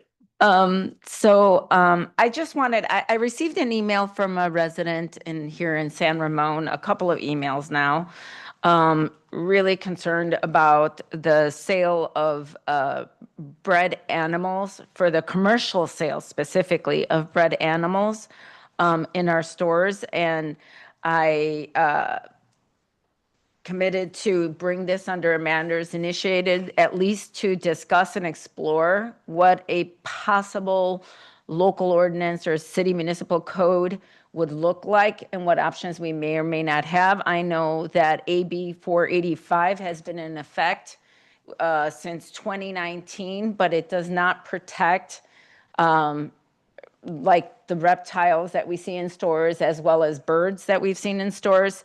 I know cities in here in California, including West Hollywood, Hermosa Beach, South Lake Tahoe, Turlock have all passed similar bans, in Los Angeles, San Diego. So it's just to talk about it and better understand what options might be so that either we establish some kind of guidelines that create more ethics in that. I can speak from firsthand experience walking into a store and unfortunately seeing a bird that had been for sale at a commercial store for over a year, and nobody was buying this bird, and it got so distressed that it was plucking its own feathers off, and it was enclosed in a cage that I had 3 walls to no light and just one see-through window to look out at people looking at it. And I just sort of feel like this is an ethics issue, and we certainly should be looking and to make sure that, this isn't happening where an animal is sitting in basically a cage for over a year and under that kind of distress. And especially when there's the ability to sell adoptive animals. I can certainly take a look at state law and, excuse me, and how that pertains to animal abuses, and see if there are any limitations that state law might present on this council's ability to pass an ordinance, and then look around at other cities in the area and within California to see what they might be doing, and see if I can come up with a memorandum back to council about that.